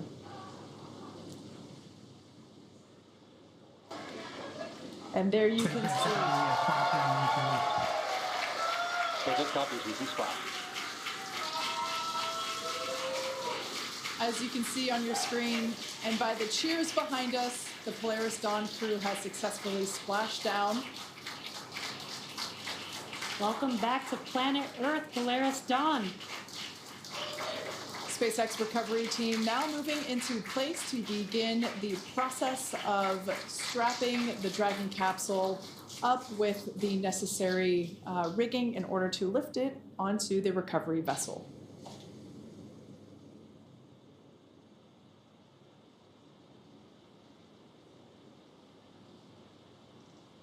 Dragon capsule appears to be in a pretty stable position. After Dragon vehicles code 1, cruise code 1. SpaceX copies code 1.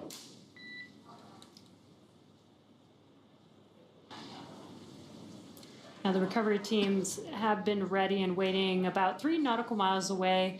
So it's going to take them just about 30 minutes to make their way to Jared, Kid, Sarah, and Anna, who are currently inside of the Dragon capsule that you see there on your screen, back here, home on Earth.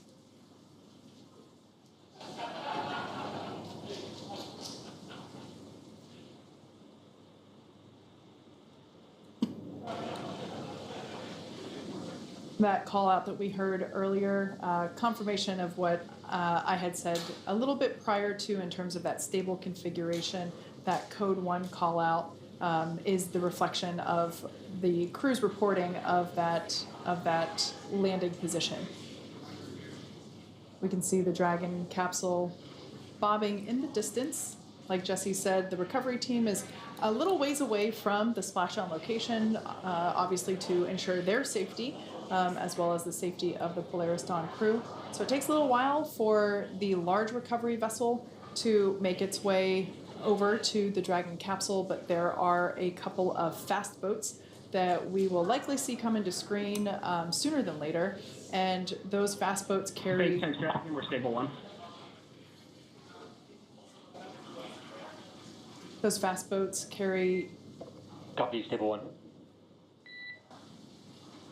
Those fast boats carry the recovery team members that will scoop up the parachutes from the water, excuse me, as well as perform the initial safety checks to make sure that there are no hypergolic fuel vapors or any basically potentially harmful vapors remaining around the Dragon capsule following the deorbit sequence. So we'll see a crew with some personal protective equipment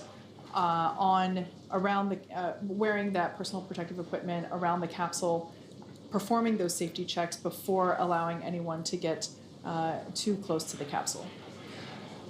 Yeah, and I love that we have those fast boats. You know, instead of waiting for the recovery vessel to make it with crew members on board there, we have the fast boats to get there while the recovery vessel is making its way towards the capsule, and we can do all that work in advance. And they are very fast, as you can see. SpaceX, on behalf of the entire team of SpaceX, welcome home. We have pulled go for recovery personnel to approach. Expect personnel alongside in approximately 1 minute. Happy at SpaceX and Polaris Dawn. We are mission complete. Thanks for all the big help pulling this mission together.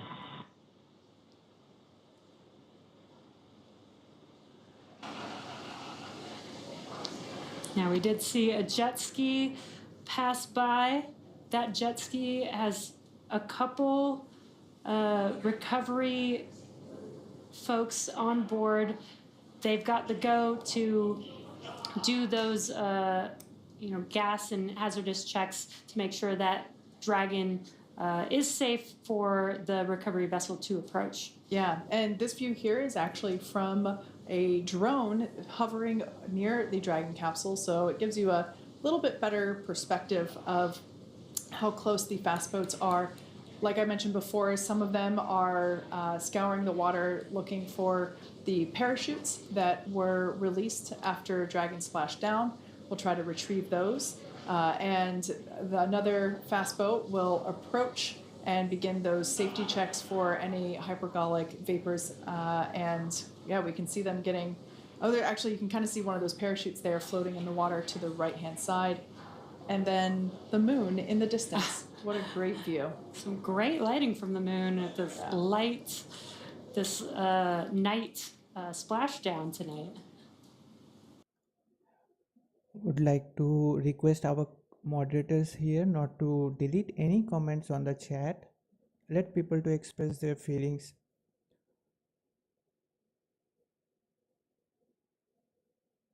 So request you not to delete any comments on the chat. It's a privilege to have all the people joining us here, and we do respect your opinion and views. So please share with us. Dragon capsule, that is the crew that will begin. Yeah, you can see with the stick there, that is basically a hypergolic detection device. And yeah, they will attach to the Dragon capsule to get a little closer, and we can see that they have respirators on. This helps ensure that if there are any lingering vapors, that they will not be exposed to those.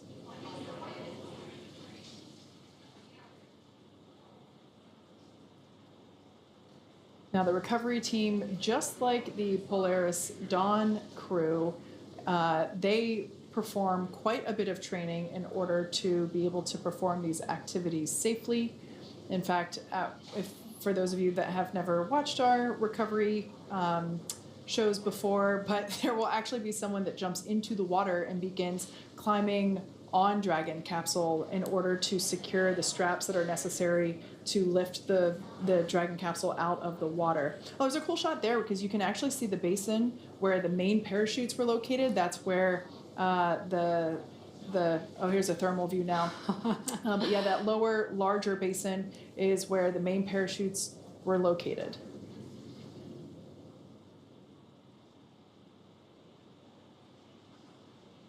The Dragon capsule definitely looks toasty, having come back through the Earth's atmosphere. A little bit toasty there. It was a little hot coming back. Yeah. And again, right now the recovery team is ensuring the safety of the crew, making sure there's no hazardous gases around the vehicle. They're pulling the chutes out of the water. Which is what that thing is below the Dragon capsule there on the bottom right-hand side of your screen. It is not a giant squid. I love how there are lights on these boats.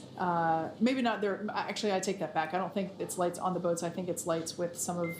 Dragon SpaceX, hypergolf sweeps, and unfired ordnance checks nominal, rigging in progress approximately 5 minutes until capsule lift. Stand by for PMC. Copy that. 5 minutes for capsule lift, and glad all the checkouts are good. All right, great news there, letting us know, and we can see that the crew members have basically taken off their respirators, allows them to work a little bit more efficiently. Also heard that the crew will have their... Dragon SpaceX for PMC. PMC standing for Private Medical Conference, so this is an opportunity to check in with... We'd like to try and do the PMC in 10 minutes, 10 minutes, looking for crew to be okay with that wait.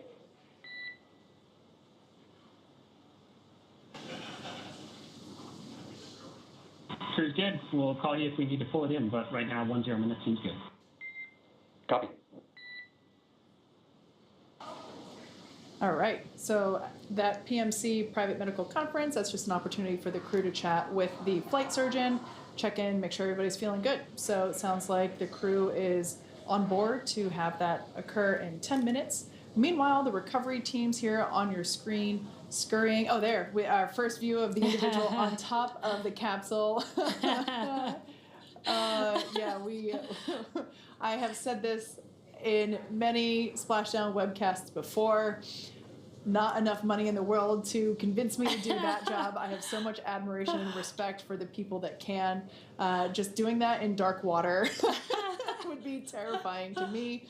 And I love how efficient and well-trained all of these individuals are.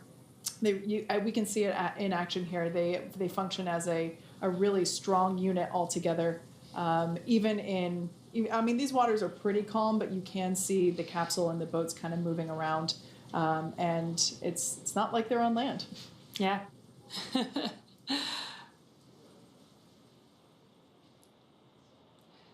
And yeah, Kate, I mean, at least they are near the Florida Keys. They probably got some pretty clear water, even though it is nighttime. I wouldn't mind, jumping on top of the capsule and trying to rig up the Dragon capsule there. It looks like a pretty fun job, actually. Yeah, I think nighttime would be a hard no. Daytime, maybe. Dragon SpaceX for PMC. Go SpaceX. All right, we're actually ready to do a PMC now, so I'm going to be privatizing Dragon to ground. You'll next hear from the ship surgeon. Copy that, SpaceX.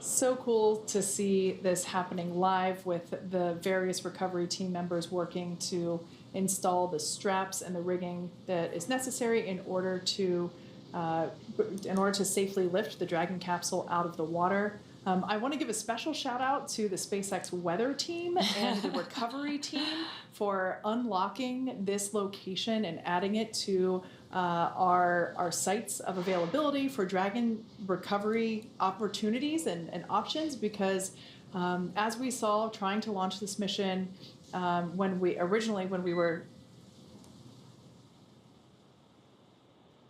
Oh, just kidding. Fake Quindar. When we were trying to launch this, weather was really problematic, and it wasn't just the weather at the launch site, which is what most people think of. Dragon ground is no longer privatized.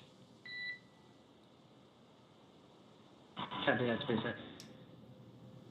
Yeah, the weather at the launch site is what most people think of, but when we have a shorter duration basically free flyer type mission like this, where the Dragon capsule is only in orbit for a few days, not only do we have to look at the immediate weather around the launch site and the weather during the ascent abort phases like we always do, but at the time of launch, we also have to be really confident that there will be good weather in at least a couple of landing locations available to us at the time of launch. And that wasn't an option for any of our existing sites, and the recovery team and the weather team worked really hard to identify this new location, and just look how calm the waters are. Wow. It was perfect for this splashdown tonight. And yeah, Kate, like for the last few weeks, weather, in Florida is, that time of year. It's the hurricane season, so it's a little bit tough. And like you said, 5 days trying to make sure that weather is good from start to finish is really, really difficult with that type of weather there in Florida. Where typically, other missions we've gone to the International Space Station where we can kind of wait out weather if we need to. For a mission like the Free Flyer, like you said, that's a little bit harder. Yeah. We don't have as much cargo space to keep food and supplies much longer than the planned duration of the mission. Obviously, there's some extra in there in case they did need to stay out in space, but we got some excellent weather for this. And a big shout out to Starlink. We've got this view here brought to you by Starlink, and we're now seeing the recovery vessel getting closer and closer to the Dragon capsule. This is where the Dragon capsule is going to be lifted out of the water onto this recovery vessel. A great shot of the helicopter pad there on top. That's pretty cool.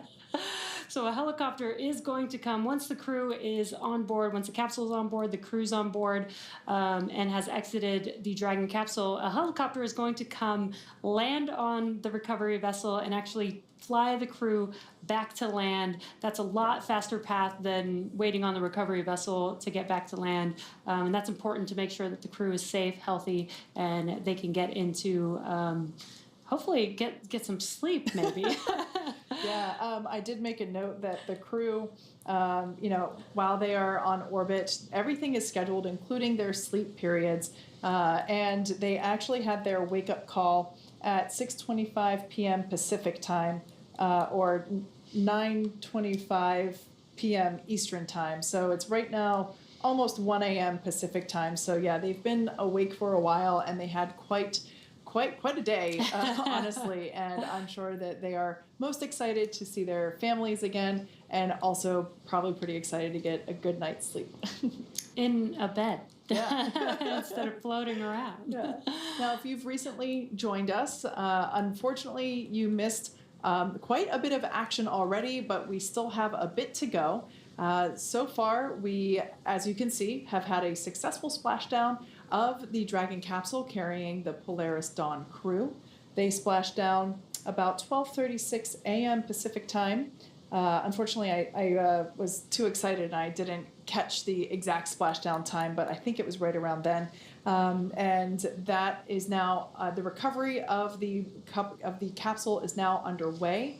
This view is of the recovery team in one of those fast boats. We can see some of the recovery crew members working to place the straps and the rigging around the capsule that will be used, to lift the Dragon capsule out of the water and onto the recovery vessel. And from there, the crew members the recovery team members will open up the side hatch, and that will be the first breath of fresh air that this crew has had since they lifted off.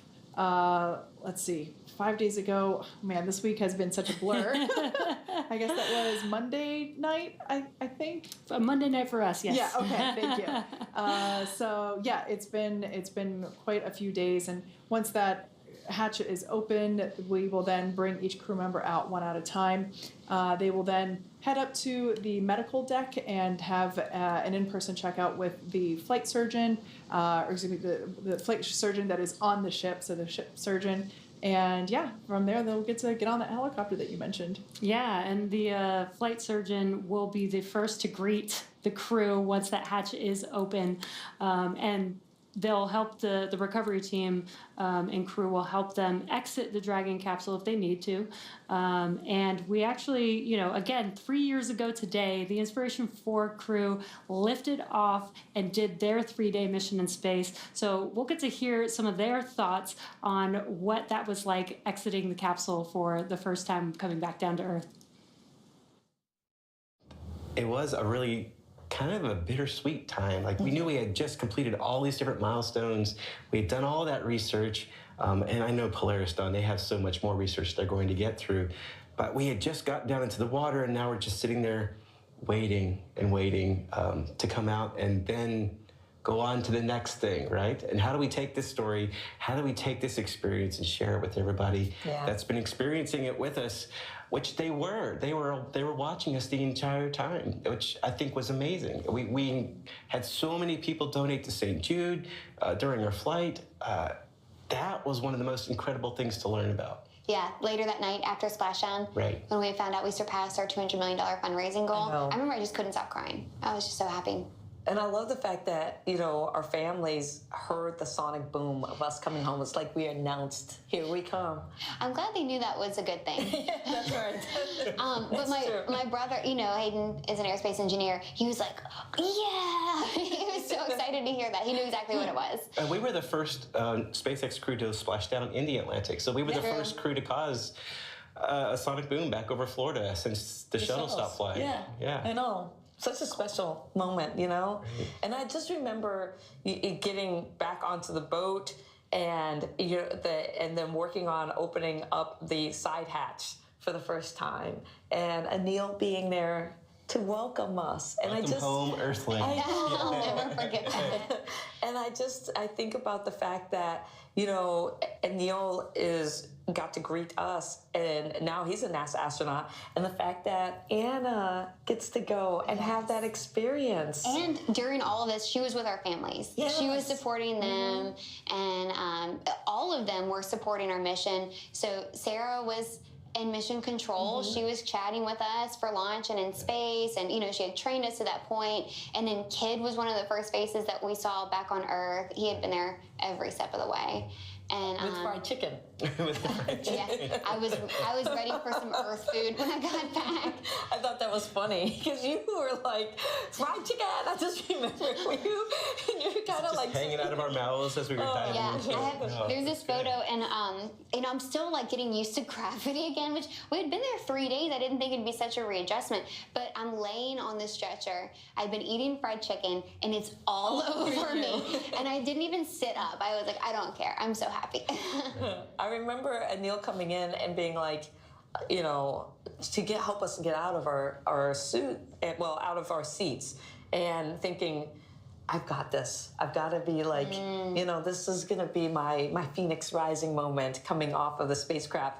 What were you thinking when you first got up on the land and, well, it was onto the boat and the camera's there and you're standing? I know. I felt like I wanted to have a good show as well. But the problem I had was that the boat started rocking. Yeah. And now all of a sudden I'm unsteady. And so I look like this, you know, this kind of elephant who's learning how to walk for the first time.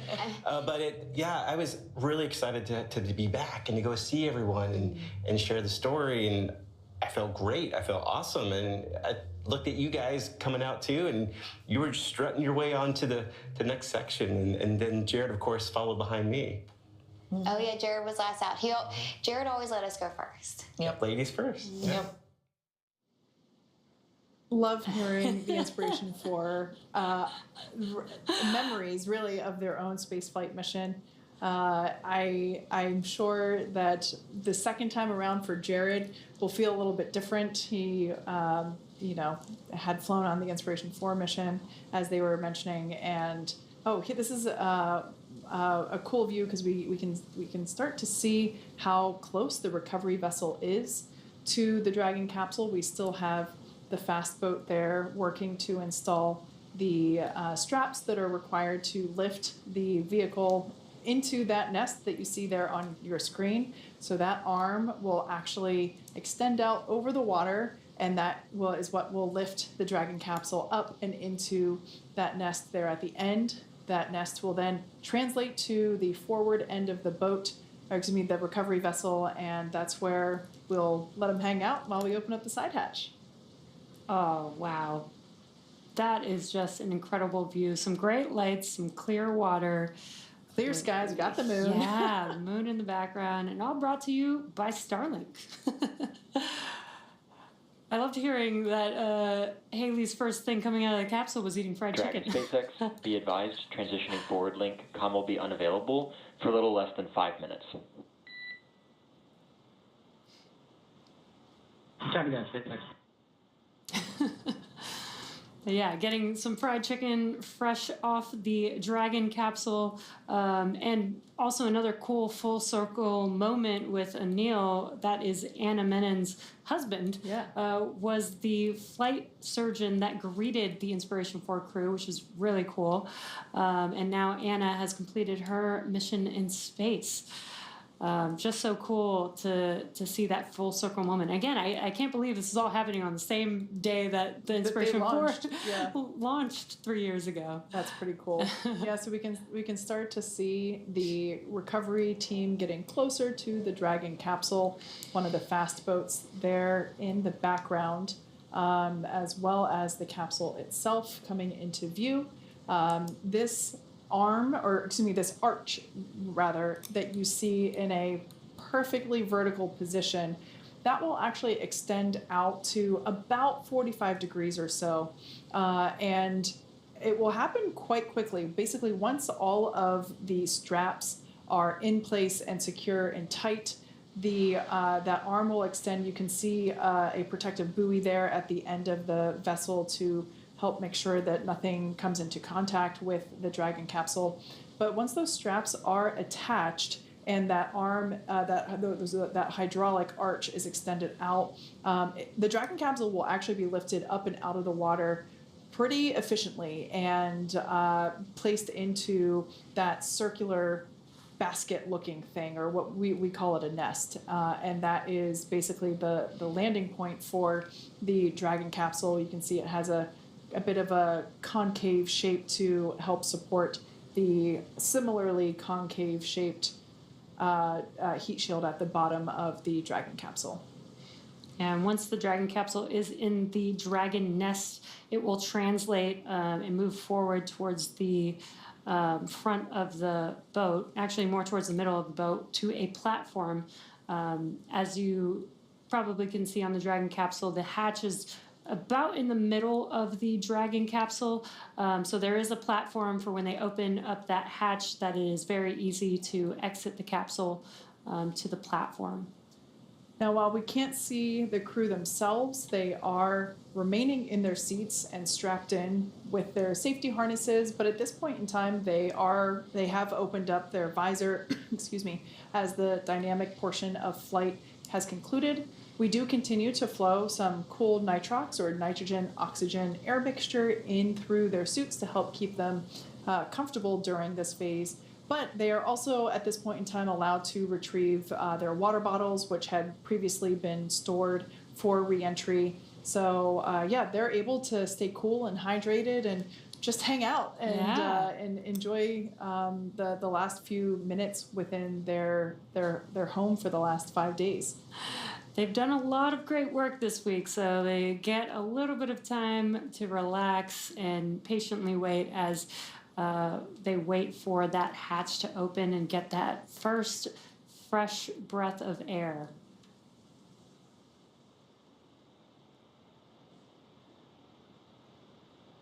Again, just some great views here. This is the recovery vessel with the helipad on top of it. Again, a helicopter is going to land on that pad there, board the crew, and take them back to land very quickly, back to their families and friends that'll hopefully be there to greet them back to Earth. I love this drone shot that we have. First time we've had a view like this for our recovery operations, and it's... Dragon SpaceX contract. Dragon, as you loud and clear, how many? Loud and clear. Forward link transition complete. All right, we can see the recovery team continuing to pull the Dragon capsule a little bit closer. There's still one individual there in the bucket where the main parachutes are stored during flight. You can also see at the top of, basically at the top of what is the side hatch, there's another bucket, and that's where the drogue parachutes are located. Dragon SpaceX, rigging complete, approximately 5 minutes until capsule lift. Copy that. 5 minutes till capsule lift. And again, the core communicating to the crew as they can't see outside of the capsule, so there's a lot of movements going on, there's a lot of sounds that they're going to be hearing, and there you can see the hydraulic lift mechanism lowering into position in preparation for lifting the Dragon capsule out of the water. We'll see the recovery team individual who's there placing those attachment straps onto the straps that he's already basically put around the circumference of the Dragon capsule. That individual will climb up a little bit higher on the capsule and then jump off into the dark water. And here's a cool view from above that helicopter pad. That is where the helicopter will land and take the 4 crew members back to land. So about 5 minutes, well, at this point, 4 minutes until the capsule is lifted out of the water.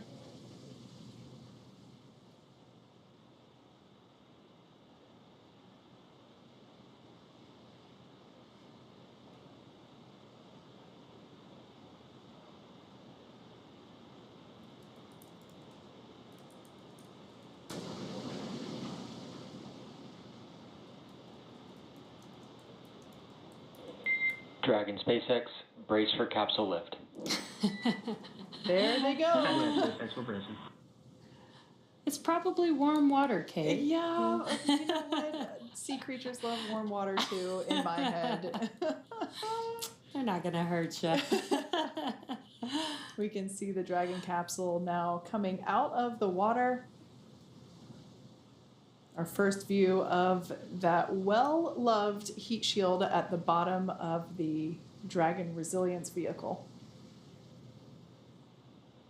Dragon now completely out of the water and will be lowered onto that cradle there.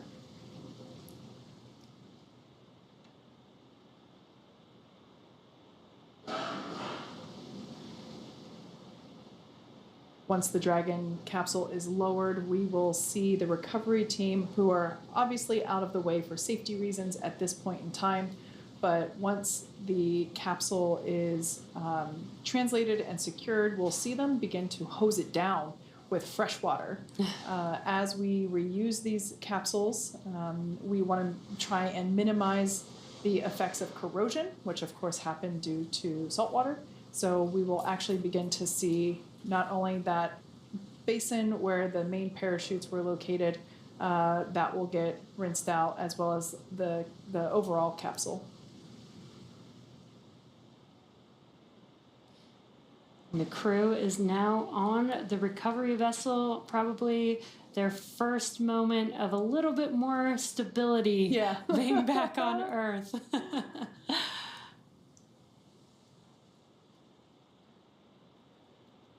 Again, what will happen next is once the Dragon capsule is fully seated in the nest, and we'll remove all the rigging from the capsule, that will then translate that capsule and move it forward to a platform. Dragon SpaceX, welcome aboard the recovery vessel. Recovery personnel are completing final checks.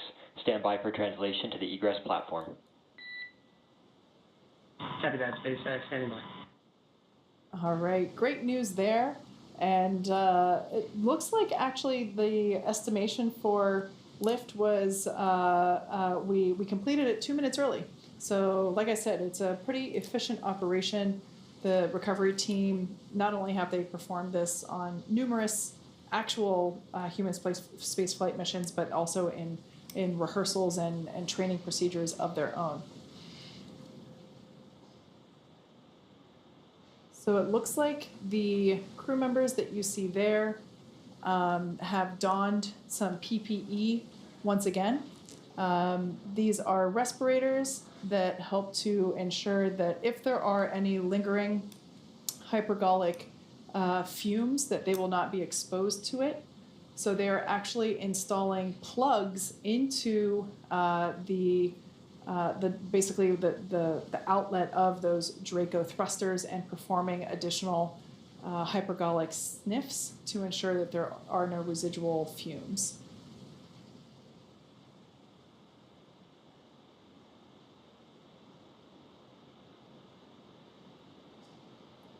Once they install all of the necessary Draco plugs, they will continue with a final round of detection checks and... Dragon SpaceX, looking for your okay to come on board with cameras.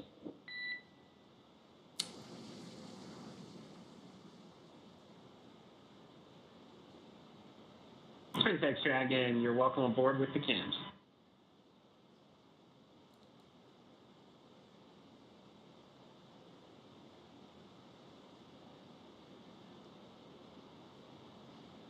SpaceX copies.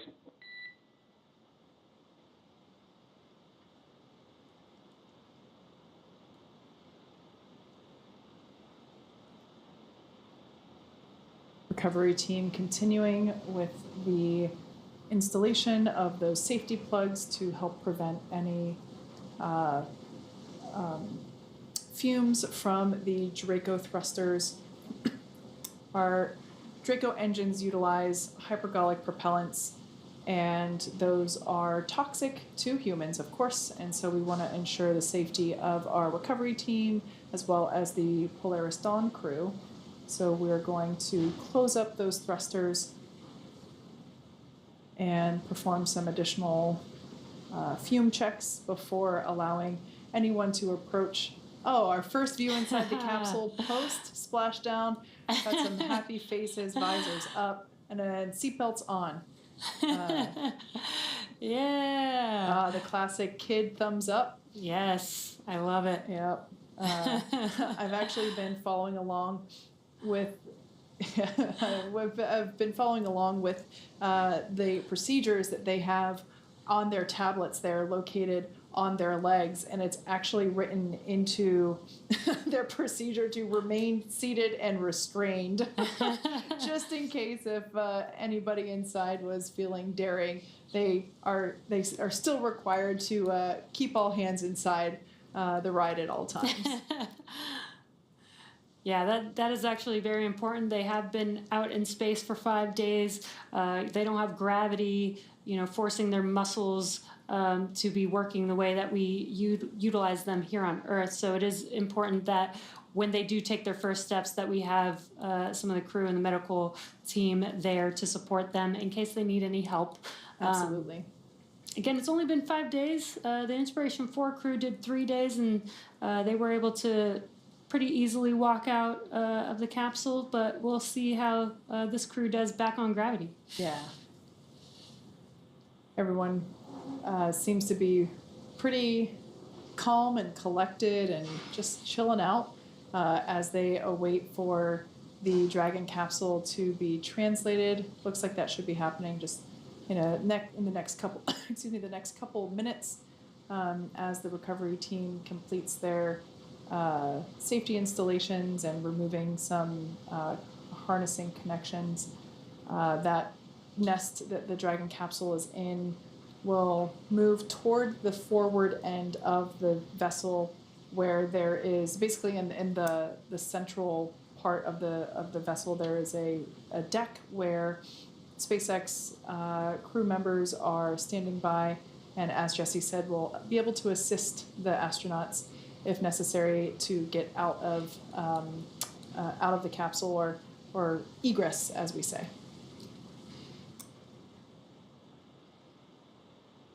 And a cool view here, just looking from behind the seats. On your left-hand side is Commander Jared Isaacman, and your right-hand side is our pilot, Kid Poteet. You can kind of get a feel for the difference in seat position in terms of the position that it's in now and the position that the seats were in while the crew was still in space. The warning and the 1.21 gigawatts stickers were a little bit closer to us, I feel like. So it kind of gives you a feel for the amount of rotation in those seats.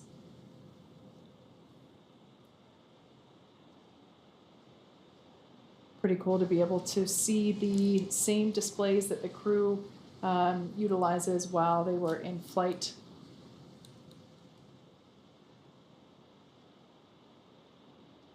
Once again, Dragon Resilience has been successful. Well, first of all, it made an on-time splashdown in the, I guess this would be, considered in the Florida Keys down near at Dry Tortugas, and they had a pretty quick recovery out of the water. They are now on the recovery vessel and standing by for the final preparations performed by the recovery team prior to basically opening that side hatch. Once again, this will be the first time that the Polaris Dawn crew will have fresh air. It'll be fresh, salty, fishy air, but fresh air nonetheless. And there we can see the Dragon capsule now being moved toward the central part of the ship. You can see there. There are some SpaceX crew members also wearing respirators, once again, as we will perform the final hypergolic safety sniffing tests. As I mentioned earlier, beginning to spray the Dragon capsule down with fresh water to try and rinse that salt water off of the metallic components.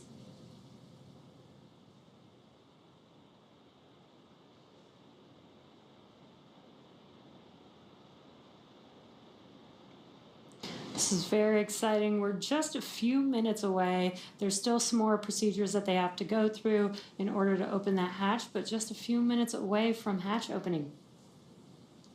And again, the first person that will meet them will be the flight surgeon, who will enter the capsule and make sure that the crew is feeling good and ready to exit their seats.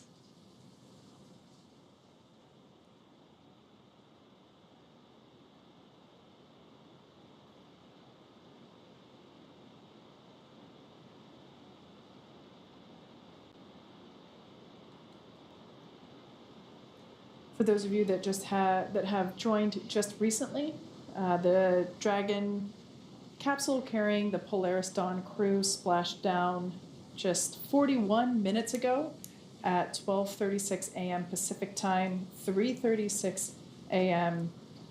East Coast time, and here we are 40 minutes later. Pretty quick operations by the recovery teams in terms of getting over to where the capsule landed, getting the parachutes out of the water, and adhering the required straps, and ultimately lifting the Dragon capsule up onto the recovery vessel, as we just saw a few minutes ago. Right now, the recovery team outside of the Dragon capsule, like I said before, spraying down the capsule with some fresh water. Dragon SpaceX, stand by for side hatch opening and egress. All right, good news there. Copy that, SpaceX. We're standing by. Looks like those safety checks were quick and successful, as everyone has doffed their respirators. And there you can see officially the hatch is open. I just heard cheering from a distant part of the building. I have a feeling that came from the Dragon teams at their computers. That was pretty cool.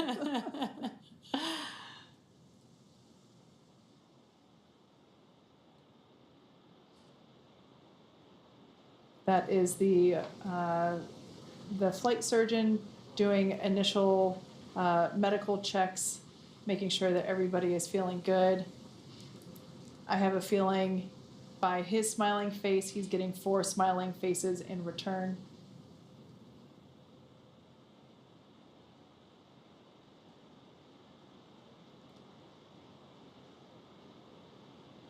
The Polaris Dawn crew has now officially taken their first breath of Earth air. in the last 5 days. We can see the recovery team in the background, basically putting up some protective fixtures around the side hatch in order to ensure that as the crew egresses and gets assisted as they come out of the capsule, that they don't hurt the side hatch seals or themselves. Obviously want to protect the individuals as well.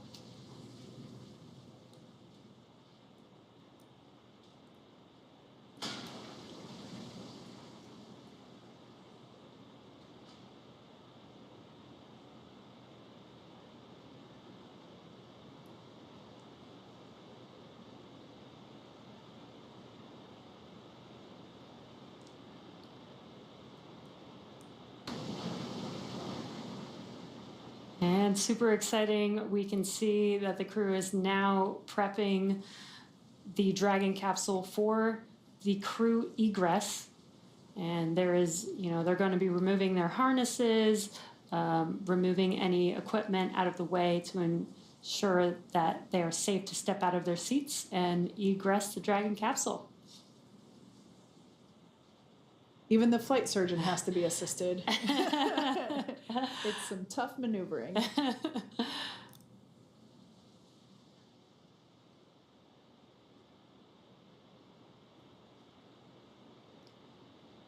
So we'll start to see the footrests. The recovery team will come in, and there is our Polaris Dawn crew.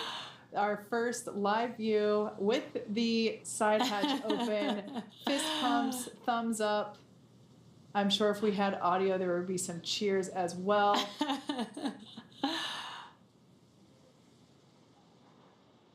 I'm sure the crew is so excited to be home, mission complete, like they said, after 5 days of some historic milestones. That smiling face there in the side hatch taking pictures, I'm sure that is John Kraus, also known as Snap.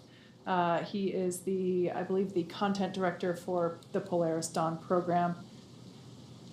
I'm sure it's an exciting moment to be able to capture, both with video and photo, the smiling faces of the crew members. Now we can see some SpaceX crew members, recovery team, they'll come in, they will start to remove the footrests at the bottoms of each seat. That will help give a little bit more moving room, or I should say area to for folks to get in and help our 4 Polaris Dawn astronauts get out a little bit easier.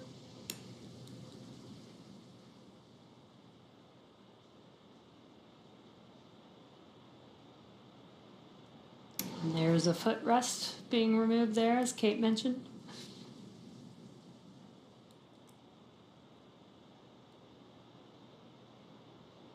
Fun fact about those footrests, they are custom sized for each astronaut, as well as the armrests. So each armrest and footrest basically comes in like a small, medium, or large option, and depending on, excuse me, the foot length and the arm length of each individual, they get the appropriate size for their body measurements. Yeah, I mean, that goes with the seats themselves, the suits themselves are all customized to each individual astronaut and crew member. Basically, they get a customized version just for themselves for these missions. Now we can see that, the crew members are now able to undo their safety harnesses, their 5-point safety straps, and I guess that would be the last step before being able to get out. Now it seems as though the first person to come out will be Anna Menon, who is on the far right side as we are looking at it. She is in seat 4, yeah. So Anna is now making her way with this assisted egress.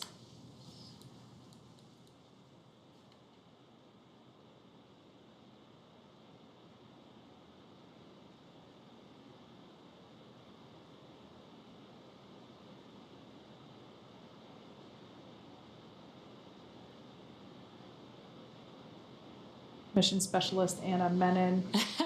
There she is. Fellow Some big SpaceXer. waves. Yes. So happy. I love this. So excited. Welcome back to Earth, Anna.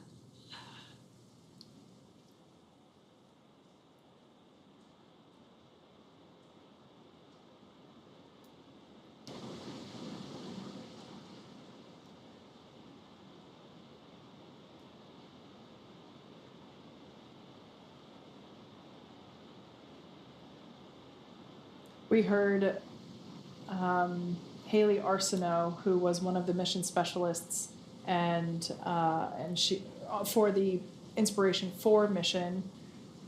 We heard her say that Jared always let the ladies go first, and so I have a feeling that Sarah might be the next one to egress here. Yep, we can see her now getting out of her seat. She and Anna had the 2 window seats.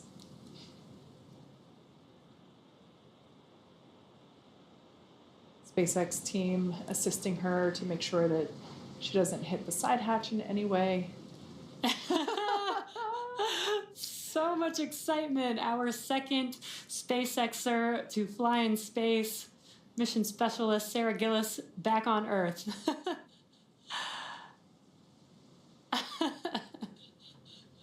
So cool to see her. Now egressing is our pilot, Kid Poteet. I would bet good money that we're going to see some thumbs up once Kid exits. It's pretty cool to see that they are coming out, standing up on their own 2 feet and walking off. SpaceX Dragon, this is the final call. Sign up.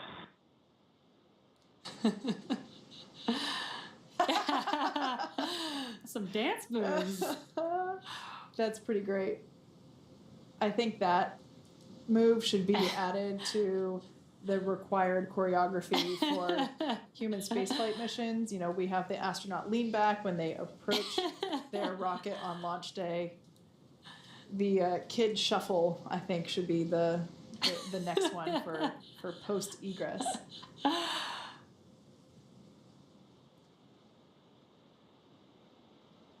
We heard Jared get one last call out on the loops before egressing himself.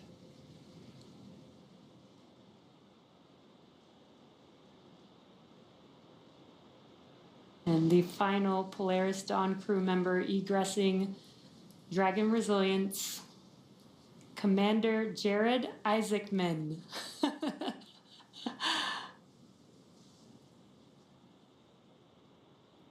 Our second frequent flyer in Dragon, completing his second mission in space. For a second, I thought... For a second, I thought he was saying goodbye to his spacecraft, but it turns out he was saying goodbye to the people still in there assisting him with his egress. So incredible to see. What a day. What a week. What a week. And now with our Polaris Dawn crew safely back home on Earth and getting checked out by our medical team, what an incredible and exciting mission this has been. Next up, the crew will actually catch a helicopter flight back to shore where they will rejoin their families. Over the 5-day mission, Polaris Dawn set records and marked a few firsts that are critical to SpaceX's long-term plans for making humanity a multi-planetary species. After lifting off on Tuesday, September 10th at 5:23 a.m. Eastern Time from Launch Complex 39A at the Kennedy Space Center, Dragon climbed to an apogee of just over 1,408 kilometers, flying further than any Dragon to date and traveling further from Earth than any humans since the end of the Apollo program. Then on September 12th, SpaceX teams and the Polaris Dawn crew successfully conducted the first spacewalk from Dragon, testing our new in-house developed EVA suits and procedures that will be critical for building bases and cities on the Moon and Mars. Yeah, and it was so cool to watch that. The crew also performed a number of science and research experiments while in orbit, including 36 research studies and experiments designed to advance both human health on Earth and during long-duration spaceflight. And over the course of the mission, the crew demonstrated Starlink's power to transform the way we communicate with spacecraft and people in low Earth orbit, including that incredible music moment, which I've watched many times and will continue to watch even more.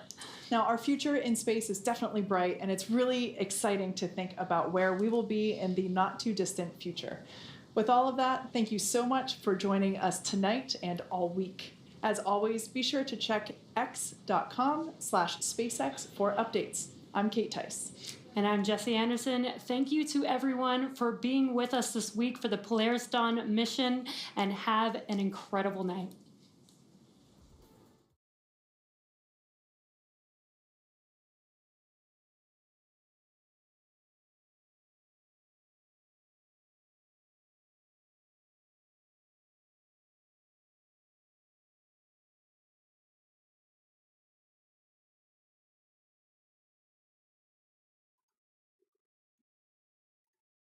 So with that, we will wrap up our coverage for now. We are really grateful for all of you for joining us live on this historic moment of human space flight, concluding with this splashdown. Be sure to check out our social media handle on X for the latest happening in space industry and updates on upcoming launches. We hope you enjoyed the stream, and we appreciate everyone joining us for today's splashdown. I'm always wishing everyone a great week ahead. Tomorrow we will be streaming the Galileo L13 mission from Cape Canaveral, so don't forget to tune in. Thanks for watching. This is Astro Yonder Live and me, Dipto, signing off for now, and we will see you next time.